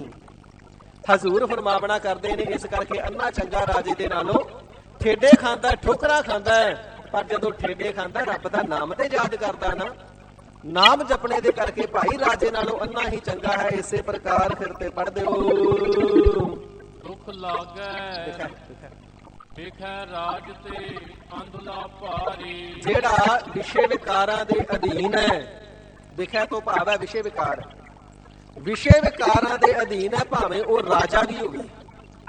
ਇਸੇ ਪ੍ਰਕਾਰ ਪ੍ਰਾਪਤ ਤਾਂ ਕਰਨਾ ਸੀ ਸਰੂਪ ਰੂਪ ਦੀ ਪ੍ਰਾਪਤੀ ਦੇ ਰਾਜ ਨੂੰ, ਪਰ ਵਿਸ਼ੇ ਵਿਕਾਰਾਂ ਦੇ ਵਿੱਚ ਲੱਗ ਗਿਆ। ਜਿਹੜਾ ਵਿਸ਼ੇ ਵਿਕਾਰਾਂ 'ਚ ਲੱਗ ਗਿਆ ਪਿਆਰੇ, ਉਹ ਸਮਝਦਾਰ ਨਹੀਂ, ਅੰਧਲਾ ਭਾਰੀ, ਵੱਡਾ ਭਾਰੀ ਅੰਨਾ ਹੈ।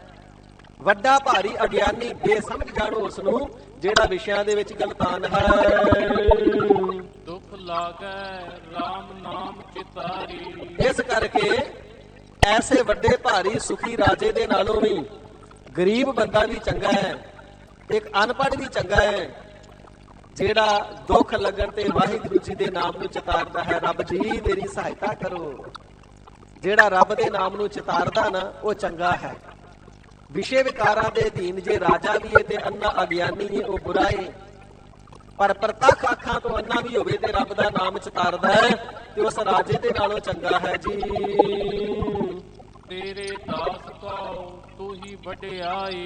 हे ਪਰਮ ਪਿਤਾ ਪਰਮਾਤਮਾ ਅਕਾਲ ਪੁਰਖ ਵਾਹਿਗੁਰੂ ਜੀ, ਜਿਹੜੇ ਤੇਰੇ ਦਾਸ ਆਪ ਜੀ ਦੇ ਦਾਸ ਬਣੇ ਨੇ ਨਾ, ਕਿਰਪਾਲਤਾ ਕਰਕੇ ਆਪ ਨੇ ਤਿਨਾਂ ਨੂੰ ਨਾਮ ਦੀ ਵਡਿਆਈ ਬਖਸ਼ੀ ਹੈ।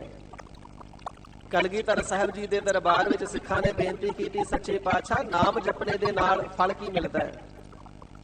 ਹਜ਼ੂਰ ਨੇ ਹੱਸ ਕਰਕੇ ਬਚਨ ਕੀਤਾ, ਸਿੱਖੋ ਫਲ ਤੇ ਬੇਅੰਤ ਦੱਸਣ ਵਿੱਚ ਨਹੀਂ ਆਉਂਦੇ, ਪਰ ਤੁਸੀਂ ਇਹ ਦੱਸੋ ਭਗਤ ਕਬੀਰ ਸਾਹਿਬ ਜੀ ਦੇ ਸਮੇਂ ਕਿਸ ਰਾਜੇ ਦਾ ਰਾਜ ਸੀ? ਕਾਂਸ਼ੀਪੁਰੀ ਦਾ ਰਾਜਾ ਕੌਣ ਸੀ? ਹੁਣ ਸਾਰੇ ਇੱਕ ਦੂਜੇ ਵੱਲ ਦੇਖਦੇ ਨੇ, ਜਵਾਬ ਕਿਸੇ ਨੂੰ ਕੋਲ ਵੀ ਨਹੀਂ। ਤੇ ਹਜ਼ੂਰ ਫਰਮਾਉਂਦੇ, ਦੇਖੋ ਜਿਹੜੇ ਰਾਜੇ ਨੇ ਰਾਜ ਦੇ ਦਿੱਤਾ ਹੈ, ਕਤਲ ਕਰਨੇ ਦਾ ਹੁਕਮ ਦੇ ਦਿੱਤਾ ਹੈ, ਜ਼ੰਜੀਰਾਂ ਨਾਲ ਬੰਨ੍ਹ ਕੇ ਗੰਗਾ ਨਦੀ 'ਚ ਡੋਬ ਕੇ ਮਾਰ ਦਿਓ, ਉਸ ਰਾਜੇ ਦੇ ਨਾਮ ਨੂੰ ਤੇ ਅੱਜ ਕੋਈ ਵੀ ਨਹੀਂ ਜਾਣਦਾ, ਪਰ ਭਗਤ ਕਬੀਰ ਸਾਹਿਬ ਜੀ ਦੇ ਨਾਮ ਨੂੰ ਅੱਜ ਨਮਸਕਾਰਾਂ ਹੁੰਦੀਆਂ ਨੇ, ਮੱਥੇ ਟੇਕਦੇ ਨੇ। ਇਹ ਨਾਮ ਦਾ ਮਹੱਤਵ ਹੈ। ਇਸ ਪ੍ਰਕਾਰ ਨਾਮ ਜਪਣੇ ਦਾ ਵੱਡਾ ਭਾਰੀ ਮਹੱਤਵ ਹੈ ਤੇ ਸਤਿਗੁਰੂ ਸੱਚੇ ਪਾਤਸ਼ਾਹ ਜੀ ਆਪਣੇ ਪਿਆਰਿਆਂ ਨੂੰ ਨਾਮ ਦੀ ਵਡਿਆਈ ਬਖਸ਼ਿਸ਼ ਕਰਕੇ ਦੁਨੀਆ ਦੇ ਅੰਦਰ ਪ੍ਰਗਟ ਕਰ ਦਿੰਦੇ ਹਨ। ਇਸੇ ਹੀ ਪ੍ਰਕਾਰ ਤੇਰੇ ਦਾਸ ਕੋ ਤੂੰ ਹੀ ਵਡਿਆਈ। हे ਪ੍ਰਮਾਤਮਾ ਜੀ, ਆਪਣੇ ਦਾਸਾਂ ਨੂੰ ਨਾਮ ਜਪਾ ਕਰਕੇ ਦੁਨੀਆ ਦੇ ਅੰਦਰ ਆਪ ਜੀ ਹੀ ਵਡਿਆਈ ਦੇਣਾ ਕਰਦੇ ਹੋ, ਤੂੰ ਹੀ ਵਡਿਆਈ। ਸੱਚੇ ਪਾਤਸ਼ਾਹ ਆਪ ਜੀ ਦੇ ਪਿਆਰਿਆਂ ਨੂੰ ਆਪ ਜੀ ਦੇ ਨਾਮ ਦੀ ਵਡਿਆਈ ਕਰਨੀ ਹੀ ਪਾਉਂਦੀ ਹੈ। ਨਾਮ ਦੁਆਰਾ ਵਡਿਆਈ ਕਰਨੀ, ਆਪ ਜੀ ਦੀ ਸਿਫਤ ਸਲਾਹ ਕਰਨੀ ਹੀ ਪਾਉਂਦੀ ਹੈ। ਉਹ ਦੁਨੀਆ ਦੀਆਂ ਗੱਲਾਂ ਦੇ ਵਿੱਚ ਧੰਦੇ ਧਾਰਾਂ ਝੂਠੇ ਵਿਵਹਾਰਾਂ ਦੇ ਵਿੱਚ ਖਚਤ ਹੋ ਕਰਕੇ ਨਾਮ ਨੂੰ ਨਹੀਂ ਭੁੱਲਦੇ ਹਨ, ਕਿਉਂਕਿ ਆਪ ਜੀ ਦੇ ਨਾਮ ਦੁਆਰਾ ਤਿੰਨਾਂ ਨੂੰ ਵਾਹਿਗੁਰੂ ਜੀ ਦੀ ਵਡਿਆਈ ਕਰਨੀ ਬਖਸ਼ੀ ਹੈ। ਮਾਇਆ ਮਗਨ ਨਰਕ ਲੈ ਜਾਈ। ਇਹ ਸੱਚੇ ਪਾਤਸ਼ਾਹ ਜਿਹੜੇ ਨਾਮ ਦੀ ਵਡਿਆਈ ਨਹੀਂ ਕਰਦੇ, ਨਾਮ ਨੂੰ ਤਿਆਗ ਕੇ, ਨਾਮ ਨੂੰ ਵਿਸਾਰ ਕੇ ਮੋਹ ਮਾਇਆ ਵਿੱਚ ਗਲਤਾਨ ਰਹਿੰਦੇ ਨੇ, ਤਿੰਨਾਂ ਦੀ ਹਾਲਤ ਕੀ ਹੁੰਦੀ ਹੈ?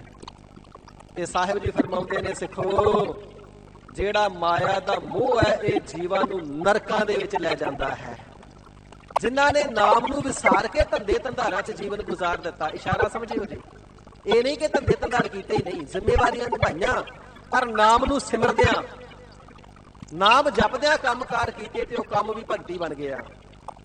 ਪਰ ਜਿਨ੍ਹਾਂ ਨੇ ਨਾਮ ਨੂੰ ਵਿਸਾਰ ਕਰਕੇ ਕੇਵਲ ਤਾਂ ਕੇਵਲ ਆਪਣੇ ਮਨ ਨੂੰ ਮਾਇਆ ਦੇ ਮੋਹ ਦੇ ਵਿੱਚ ਹੀ ਲਾ ਛੱਡਿਆ, ਪ੍ਰਮਾਤਮਾ ਜੀ ਦੇ ਨਾਮ ਦੇ ਸਿਮਰਨ ਬੰਦਗੀ ਦੇ ਵਿੱਚ ਨਹੀਂ ਲਾਇਆ, ਨਰਕਾਂ ਦੇ ਦੁੱਖ ਝੱਲਦੇ ਨੇ। ਇਸੇ ਹੀ ਪ੍ਰਕਾਰ ਮਾਇਆ ਮਗਨ ਨਰਕ ਲੈ ਜਾਈ। ਤੇ ਜਿਹੜੇ ਨਾਮ ਤੋਂ ਭੁੱਲੇ ਨੇ ਉਹਨਾਂ ਦੀ ਬਿਰਤੀ ਮਾਇਆ ਦੇ ਮੋਹ ਵਿੱਚ ਮਗਨ ਹੋਈ ਹੈ। ਉਹਨਾਂ ਦੀ ਲਿਵ ਮਾਇਆ ਵਿੱਚ ਹੀ ਲੱਗੀ ਹੋਈ ਹੈ।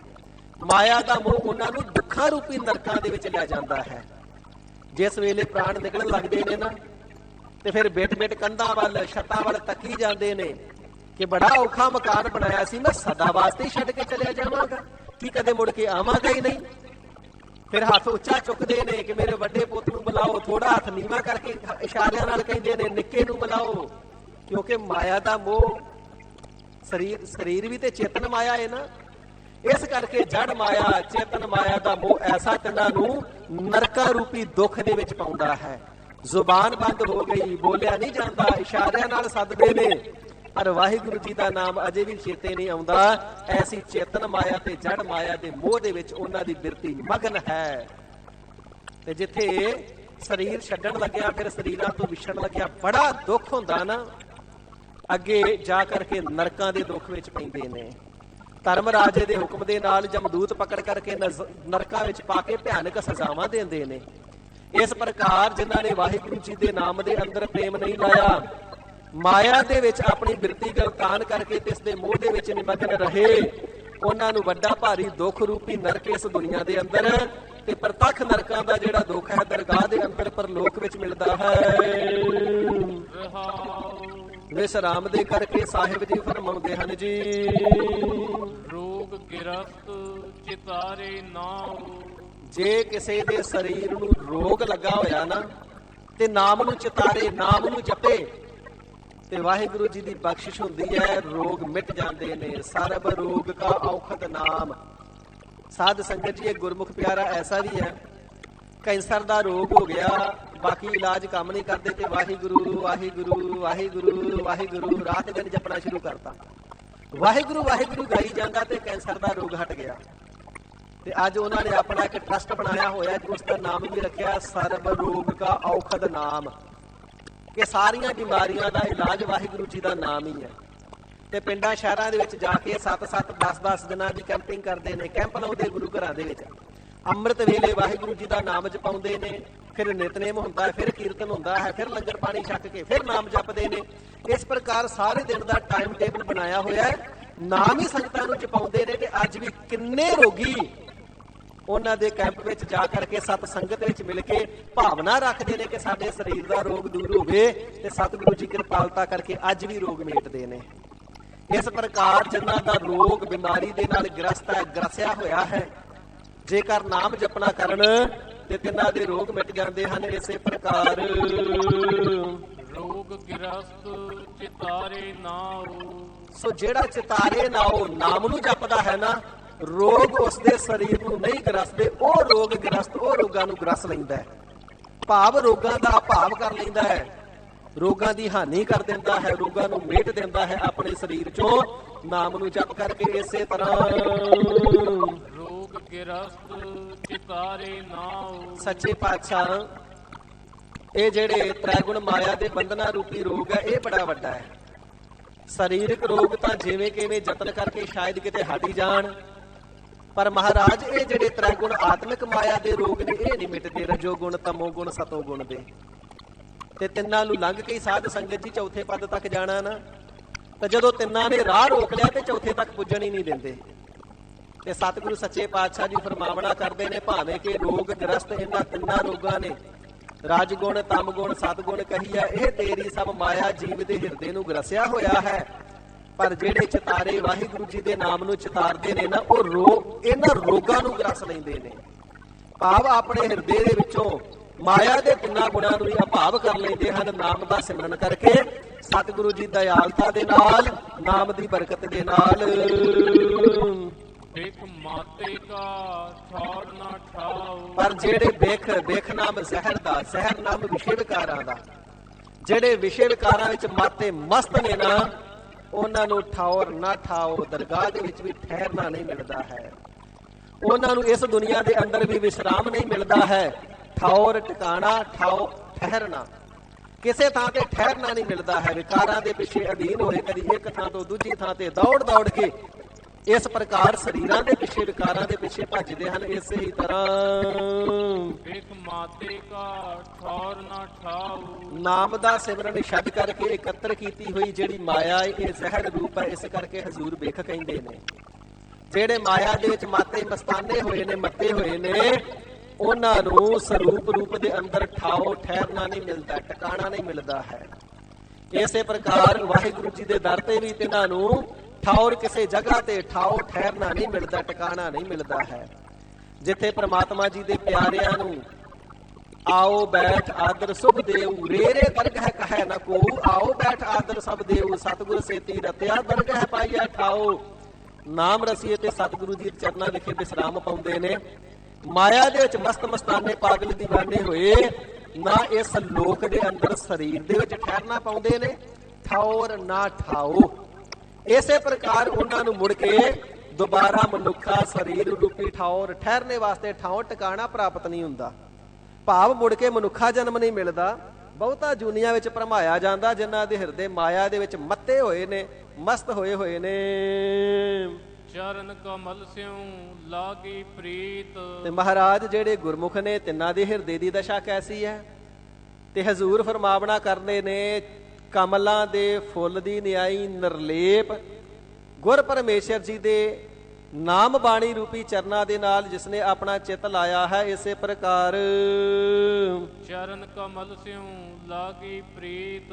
ਸੋ ਸਤਿਗੁਰੂ ਜੀ ਦੇ ਜਿਹੜੇ ਚਰਨ ਨੇ, ਇਹ ਕਮਲ ਦੀ ਨਿਆਈ ਭਗਤੀ ਰੂਪੀ ਖੁਸ਼ਬੂ ਦੇਣ ਵਾਲੇ ਵੀ ਨੇ। ਜਿੱਥੇ ਨਿਰਲੇਪ ਨੇ ਉਥੇ ਖੁਸ਼ਬੂ ਦੇਣ ਵਾਲੇ ਨੇ।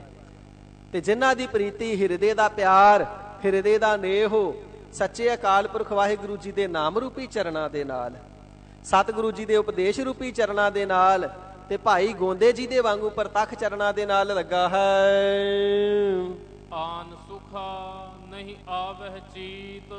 ਉਹਨਾਂ ਨੂੰ ਮਾਇਆ ਦੇ ਤੇ ਵਿਕਾਰਾਂ ਦੇ ਜਿਹੜੇ ਆਨ ਸੁਖਾ ਹੋਰ ਸੁਖ ਨੇ ਨਾ, ਉਹ ਚਿੱਤ ਚੇਤੇ ਵੀ ਨਹੀਂ ਆਉਂਦੇ। ਵੱਡਾ ਸੁਖ ਪ੍ਰਾਪਤ ਕਰ ਲਿਆ ਨਾ। ਸਾਧ ਸੰਗਤ ਜੀ, ਜਿਸ ਦੇ ਕੋਲ 2-2 ਹਜ਼ਾਰ ਦੇ ਨੋਟ ਨੇ, ਉਹਨੇ ਇੱਕੇ ਦੁੱਕੇ ਕਾਹਦੇ ਵਾਸਤੇ ਇਕੱਠੇ ਕਰਨੇ? ਉਹਨੇ ਪੰਜੀਆਂ ਦਸੀਆਂ ਤੋਂ ਕੀ ਲੈਣਾ? ਜਿਹਦੀ ਤਜ਼ੋਰੀ ਭਰੀ ਪਈ ਹੈ, ਬੈਂਕ ਬੈਲੈਂਸ ਭਰਿਆ ਪਿਆ, ਉਹ ਇੱਕੀਆਂ ਦੁੱਕੀਆਂ ਇਕੱਠੀਆਂ ਨਹੀਂ ਕਰਦਾ। ਇਸੇ ਪ੍ਰਕਾਰ ਜਿਸ ਦਾ ਹਿਰਦਾ ਰੂਪੀ ਖਜ਼ਾਨਾ ਭਰਿਆ ਹੈ, ਹਿਰਦਾ ਰੂਪੀ ਬੈਂਕ ਬੈਲੈਂਸ ਇਕੱਠਾ ਕੀਤਾ ਹੋਇਆ, ਜਾਂ ਕਹਿ ਲਈਏ ਹਿਰਦੇ ਰੂਪੀ ਤਜ਼ੋਰੀ ਨਾਮ ਧਨ ਦੇ ਨਾਲ, ਸਾਧ ਸੰਗਤ ਜੀ 2000 ਦੇ ਨੋਟ ਵੀ ਨਹੀਂ, ਤੇ ਗੁਰ ਕਾ ਸ਼ਬਦ ਧਨ ਹੈ। ਜਿਸ ਦਾ ਹਿਰਦਾ ਰੂਪੀ ਖਜ਼ਾਨਾ ਰਤਨਾਂ ਦੇ ਨਾਲ, ਜਵਾਹਰਾਂ ਦੇ ਨਾਲ, ਮਾਣਕਾਂ ਦੇ ਨਾਲ ਭਰਿਆ ਪਿਆ ਨਾ, ਏਡਾ ਵੱਡਾ ਆਤਮ ਸੁਖ ਪ੍ਰਾਪਤ ਕਰਕੇ ਉਹ ਵਿਸ਼ੇ ਵਿਕਾਰਾਂ ਰੂਪੀ ਸੁਖ ਨੂੰ ਚੇਤੇ ਨਹੀਂ ਕਰਦਾ। ਉਹ ਜੜ ਮਾਇਆ, ਚੇਤਨ ਮਾਇਆ ਦੀ ਪ੍ਰਾਪਤੀ ਰੂਪੀ ਸੁਖਾਂ ਨੂੰ ਚੇਤੇ ਨਹੀਂ ਕਰਦਾ। ਭਾਵ ਉਹਨਾਂ ਨੂੰ ਕਦੇ ਚਿਤਵਦਾ ਵੀ ਨਹੀਂ, ਯਾਦ ਵੀ ਨਹੀਂ ਕਰਦਾ। ਬ੍ਰਹਮਾਨੰਦ ਦਾ ਸੁਖ ਜੂ ਤਿੰਨਾਂ ਨੂੰ ਪ੍ਰਾਪਤ ਹੋ ਗਿਆ ਨਾਮ ਦੀ ਬਰਕਤ ਕਰਕੇ। ਇਸ ਕਰਕੇ ਵੱਡੇ ਭਾਰੀ ਸੁਖ ਦੇ ਅੰਦਰ ਨਿਮਗਨ ਰਹਿੰਦੇ ਹਨ। ਸਦਾ ਸਦਾ ਸਿਮਰੋ ਪ੍ਰਭ ਸੁਆਮੀ। ਸੋ ਗਰੀਬ ਨਿਵਾਜ, ਇਹ ਵੱਡਾ ਭਾਰੀ ਆਤਮ ਸੁਖ ਸਾਨੂੰ ਵੀ ਕਿਵੇਂ ਮਿਲੇ? ਤੇ ਹਜ਼ੂਰ ਫਰਮਾਵਣਾ ਕਰਦੇ ਨੇ, ਸਦਾ ਤੋਂ ਜੋ ਮੌਜੂਦ ਸੀ ਤੇ ਸਦਾ ਰਹਿਣ ਵਾਲਾ ਪ੍ਰਮਾਤਮਾ ਹੈ, ਉਸ ਵਾਹਿਗੁਰੂ ਜੀ ਦੇ ਨਾਮ ਦਾ ਸਿਮਰਨ ਕਰੋ, ਜਿਹੜਾ ਸੁਆਮੀ ਭਾਵ ਮਾਲਕ ਹੈ ਕਰੋੜਾਂ ਬ੍ਰਹਮੰਡਾਂ ਦਾ। ਇਸੇ ਪ੍ਰਕਾਰ ਸੋ ਆਮੀ, ਸੋ ਸਰੇਸ਼ਟ ਆਮੀ ਅੰਮ੍ਰਿਤ ਰੂਪ ਹੈ, ਅੰਮ੍ਰਿਤ ਮੌਤ ਤੋਂ ਰਹਿਤ ਕਰਨ ਵਾਲਾ, ਸਾਰਿਆਂ ਦੇ ਨਾਲੋਂ ਸਰਬ ਸ੍ਰੇਸ਼ਟ ਮਾਲਕ ਹੈ ਤੇ ਮੌਤ ਤੋਂ ਰਹਿਤ ਕਰਨ ਵਾਲਾ ਹੈ। ਸੋ ਸਵੈ ਪ੍ਰਕਾਸ਼ ਹੋਇਆ ਹੈ, ਕਿਸੇ ਨੇ ਜਨਮ ਨਹੀਂ ਦਿੱਤਾ ਉਸ ਨੂੰ, ਨਾ ਤੇ ਸਮਾਏ ਨਾ ਬਾਪ ਕਿਨ ਤੂੰ ਜਾਇਆ। ਸੁਤੇ ਪ੍ਰਕਾਸ਼ ਆਸੈ ਭੰਗ, ਪੜ੍ਹਦੇ ਆ ਨਾ, ਜਿਹੜਾ ਸੁਤੇ ਪ੍ਰਕਾਸ਼ ਆਪਣੇ ਆਪ ਤੋਂ ਆਪ ਪ੍ਰਗਟ ਹੋਇਆ ਹੈ, ਐਸਾ ਜੋ ਆਪਣੇ ਆਪ ਤੋਂ ਪ੍ਰਗਟ ਹੋਣੇ ਵਾਲਾ ਆਮੀ ਅੰਮ੍ਰਿਤ ਸਰੂਪ, ਮੌਤ ਤੋਂ ਰਹਿਤ ਕਰਨੇ ਵਾਲਾ ਪ੍ਰਮਾਤਮਾ ਪਿਆਰਿਓ ਸਦਾ ਤੋਂ ਸੀ ਤੇ ਸਦਾ ਤੱਕ ਰਹੇਗਾ। ਐਸੇ ਪ੍ਰਮਾਤਮਾ ਜੀ ਦੇ ਨਾਮ ਨੂੰ ਮਨ ਕਰਕੇ ਵੀ ਸਦਾ ਤੇ ਤਨ ਰਸਨਾ ਕਰਕੇ ਵੀ ਸਦਾ ਜਪਦੇ ਰਹੋ, ਜਿਹੜਾ ਅਮਰ ਪਦਵੀ ਦੇਣੇ ਵਾਲਾ ਹੈ। ਮਿਲ ਨਾਨਕ ਹਰ ਅੰਤਰ ਜਾਮੀ। ਤੇ ਗਰੀਬ ਨਿਵਾਜ ਸਾਹਿਬ ਜੀ ਬਚਨ ਕਰਨਾ ਕਰਦੇ ਨੇ, ਇਹ ਸਿੱਖੋ ਫਿਰ ਜੋ ਹਰੀ ਅਕਾਲ ਪੁਰਖ ਪ੍ਰਮਾਤਮਾ ਵਾਹਿਗੁਰੂ ਅੰਤਰ ਜਾਮੀ, ਅੰਦਰ ਦੀ ਬੁੱਝਣ ਵਾਲਾ, ਹਿਰਦੇ ਹਿਰਦੇ ਦੀਆਂ ਜਾਣਨੇ ਵਾਲਾ ਪ੍ਰਮਾਤਮਾ ਹੈ ਨਾ, ਫਿਰ ਮਿਲ ਉਸ ਦੇ ਨਾਲ ਮਿਲ ਜਾਵੋਗੇ, ਉਸ ਦੇ ਨਾਲ ਮਿਲਾਪ ਹੋ ਜਾਵੇਗਾ। ਫਿਰ ਜੰਮਣ ਮਰਨ ਮੁੱਕ ਜਾਵੇਗਾ, ਦੁੱਖ ਕਸ਼ਟ ਮੁੱਕ ਜਾਣਗੇ, ਵਿਸ਼ੇ ਵਿਕਾਰਾਂ ਦਾ ਜੰਜਾਲ ਤੁਹਾਡੇ ਤੇ ਨਹੀਂ ਪਵੇਗਾ, ਮਾਇਆ ਦੇ ਬੰਧਨ ਤੁਹਾਡੇ ਹਿਰਦੇ ਨੂੰ ਨਹੀਂ ਬੰਨ ਸਕਣਗੇ। ਮਾਇਆ ਦੀਆਂ ਜ਼ੰਜੀਰਾਂ ਟੁੱਟ ਜਾਣਗੀਆਂ। ਵਾਹਿਗੁਰੂ ਜੀ ਦੇ ਨਾਮ ਦਾ ਸਦਾ ਸਦਾ ਸਿਮਰਨ ਕਰੋ। ਅੰਤਰਜਾਮੀ ਪਰਮਾਤਮਾ ਜੀ ਦੇ ਸਵਰੂਪ ਰੂਪ ਦੇ ਨਾਲ ਅਭੇਦਤਾ ਰੂਪੀ ਮਿਲਾਪ ਹੋ ਜਾਵੇਗਾ। ਇਸ ਤਰ੍ਹਾਂ ਸਤਿਗੁਰੂ ਗਰੀਬ ਨਿਵਾਜ ਸੱਚੇ ਪਾਤਸ਼ਾਹ ਜੀ ਨੇ ਵੱਡੀ ਭਾਰੀ ਸਿੱਖਿਆ ਵਾਲਾ ਅੰਮ੍ਰਿਤ ਉਪਦੇਸ਼ ਗੁਰਸਿੱਖਾਂ ਦੀ ਬੇਨਤੀ ਕਰਨੇ ਤੇ ਫਰਮਾ ਕਰਕੇ ਸਰਬਤ ਜਗਤਰ ਸੰਸਾਰ ਕੁੱਲ ਜੀਵਾਂ ਨੂੰ, ਕੁੱਲ ਲੁਕਾਈ ਨੂੰ ਸਾਂਝਾ ਉਪਦੇਸ਼ ਬਖਸ਼ਿਸ਼ ਕਰਨਾ ਕੀਤਾ ਹੈ ਜੀ।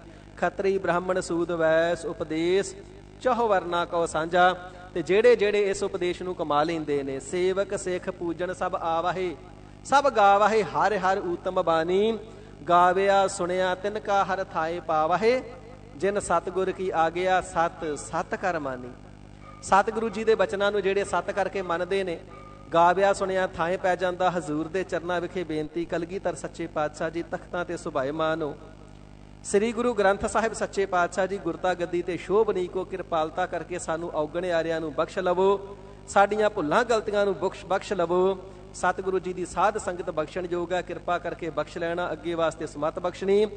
ਸਤਿਗੁਰੂ ਜੀ ਦੇ ਉਪਦੇਸ਼ਾਂ ਨੂੰ ਹਿਰਦੇ ਵਿੱਚ ਧਾਰਨ ਦਾ ਯਤਨ ਕਰਨਾ, ਜਿਸ ਦੇ ਨਾਲ ਸਾਡਾ ਵੀ ਪੜਿਆ ਸੁਣਿਆ ਥਾਂ ਪੈ ਜਾਵੇ। ਸਦਾ ਸਦਾ ਸਿਮਰਉ ਪ੍ਰਭ ਸੁਆਮੀ, ਮਿਲ ਨਾਨਕ ਹਰ ਅੰਤਰ ਜਾਮੀ। ਵਾਹਿਗੁਰੂ ਜੀ ਕਾ ਖਾਲਸਾ, ਵਾਹਿਗੁਰੂ ਜੀ ਕੀ ਫਤਿਹ।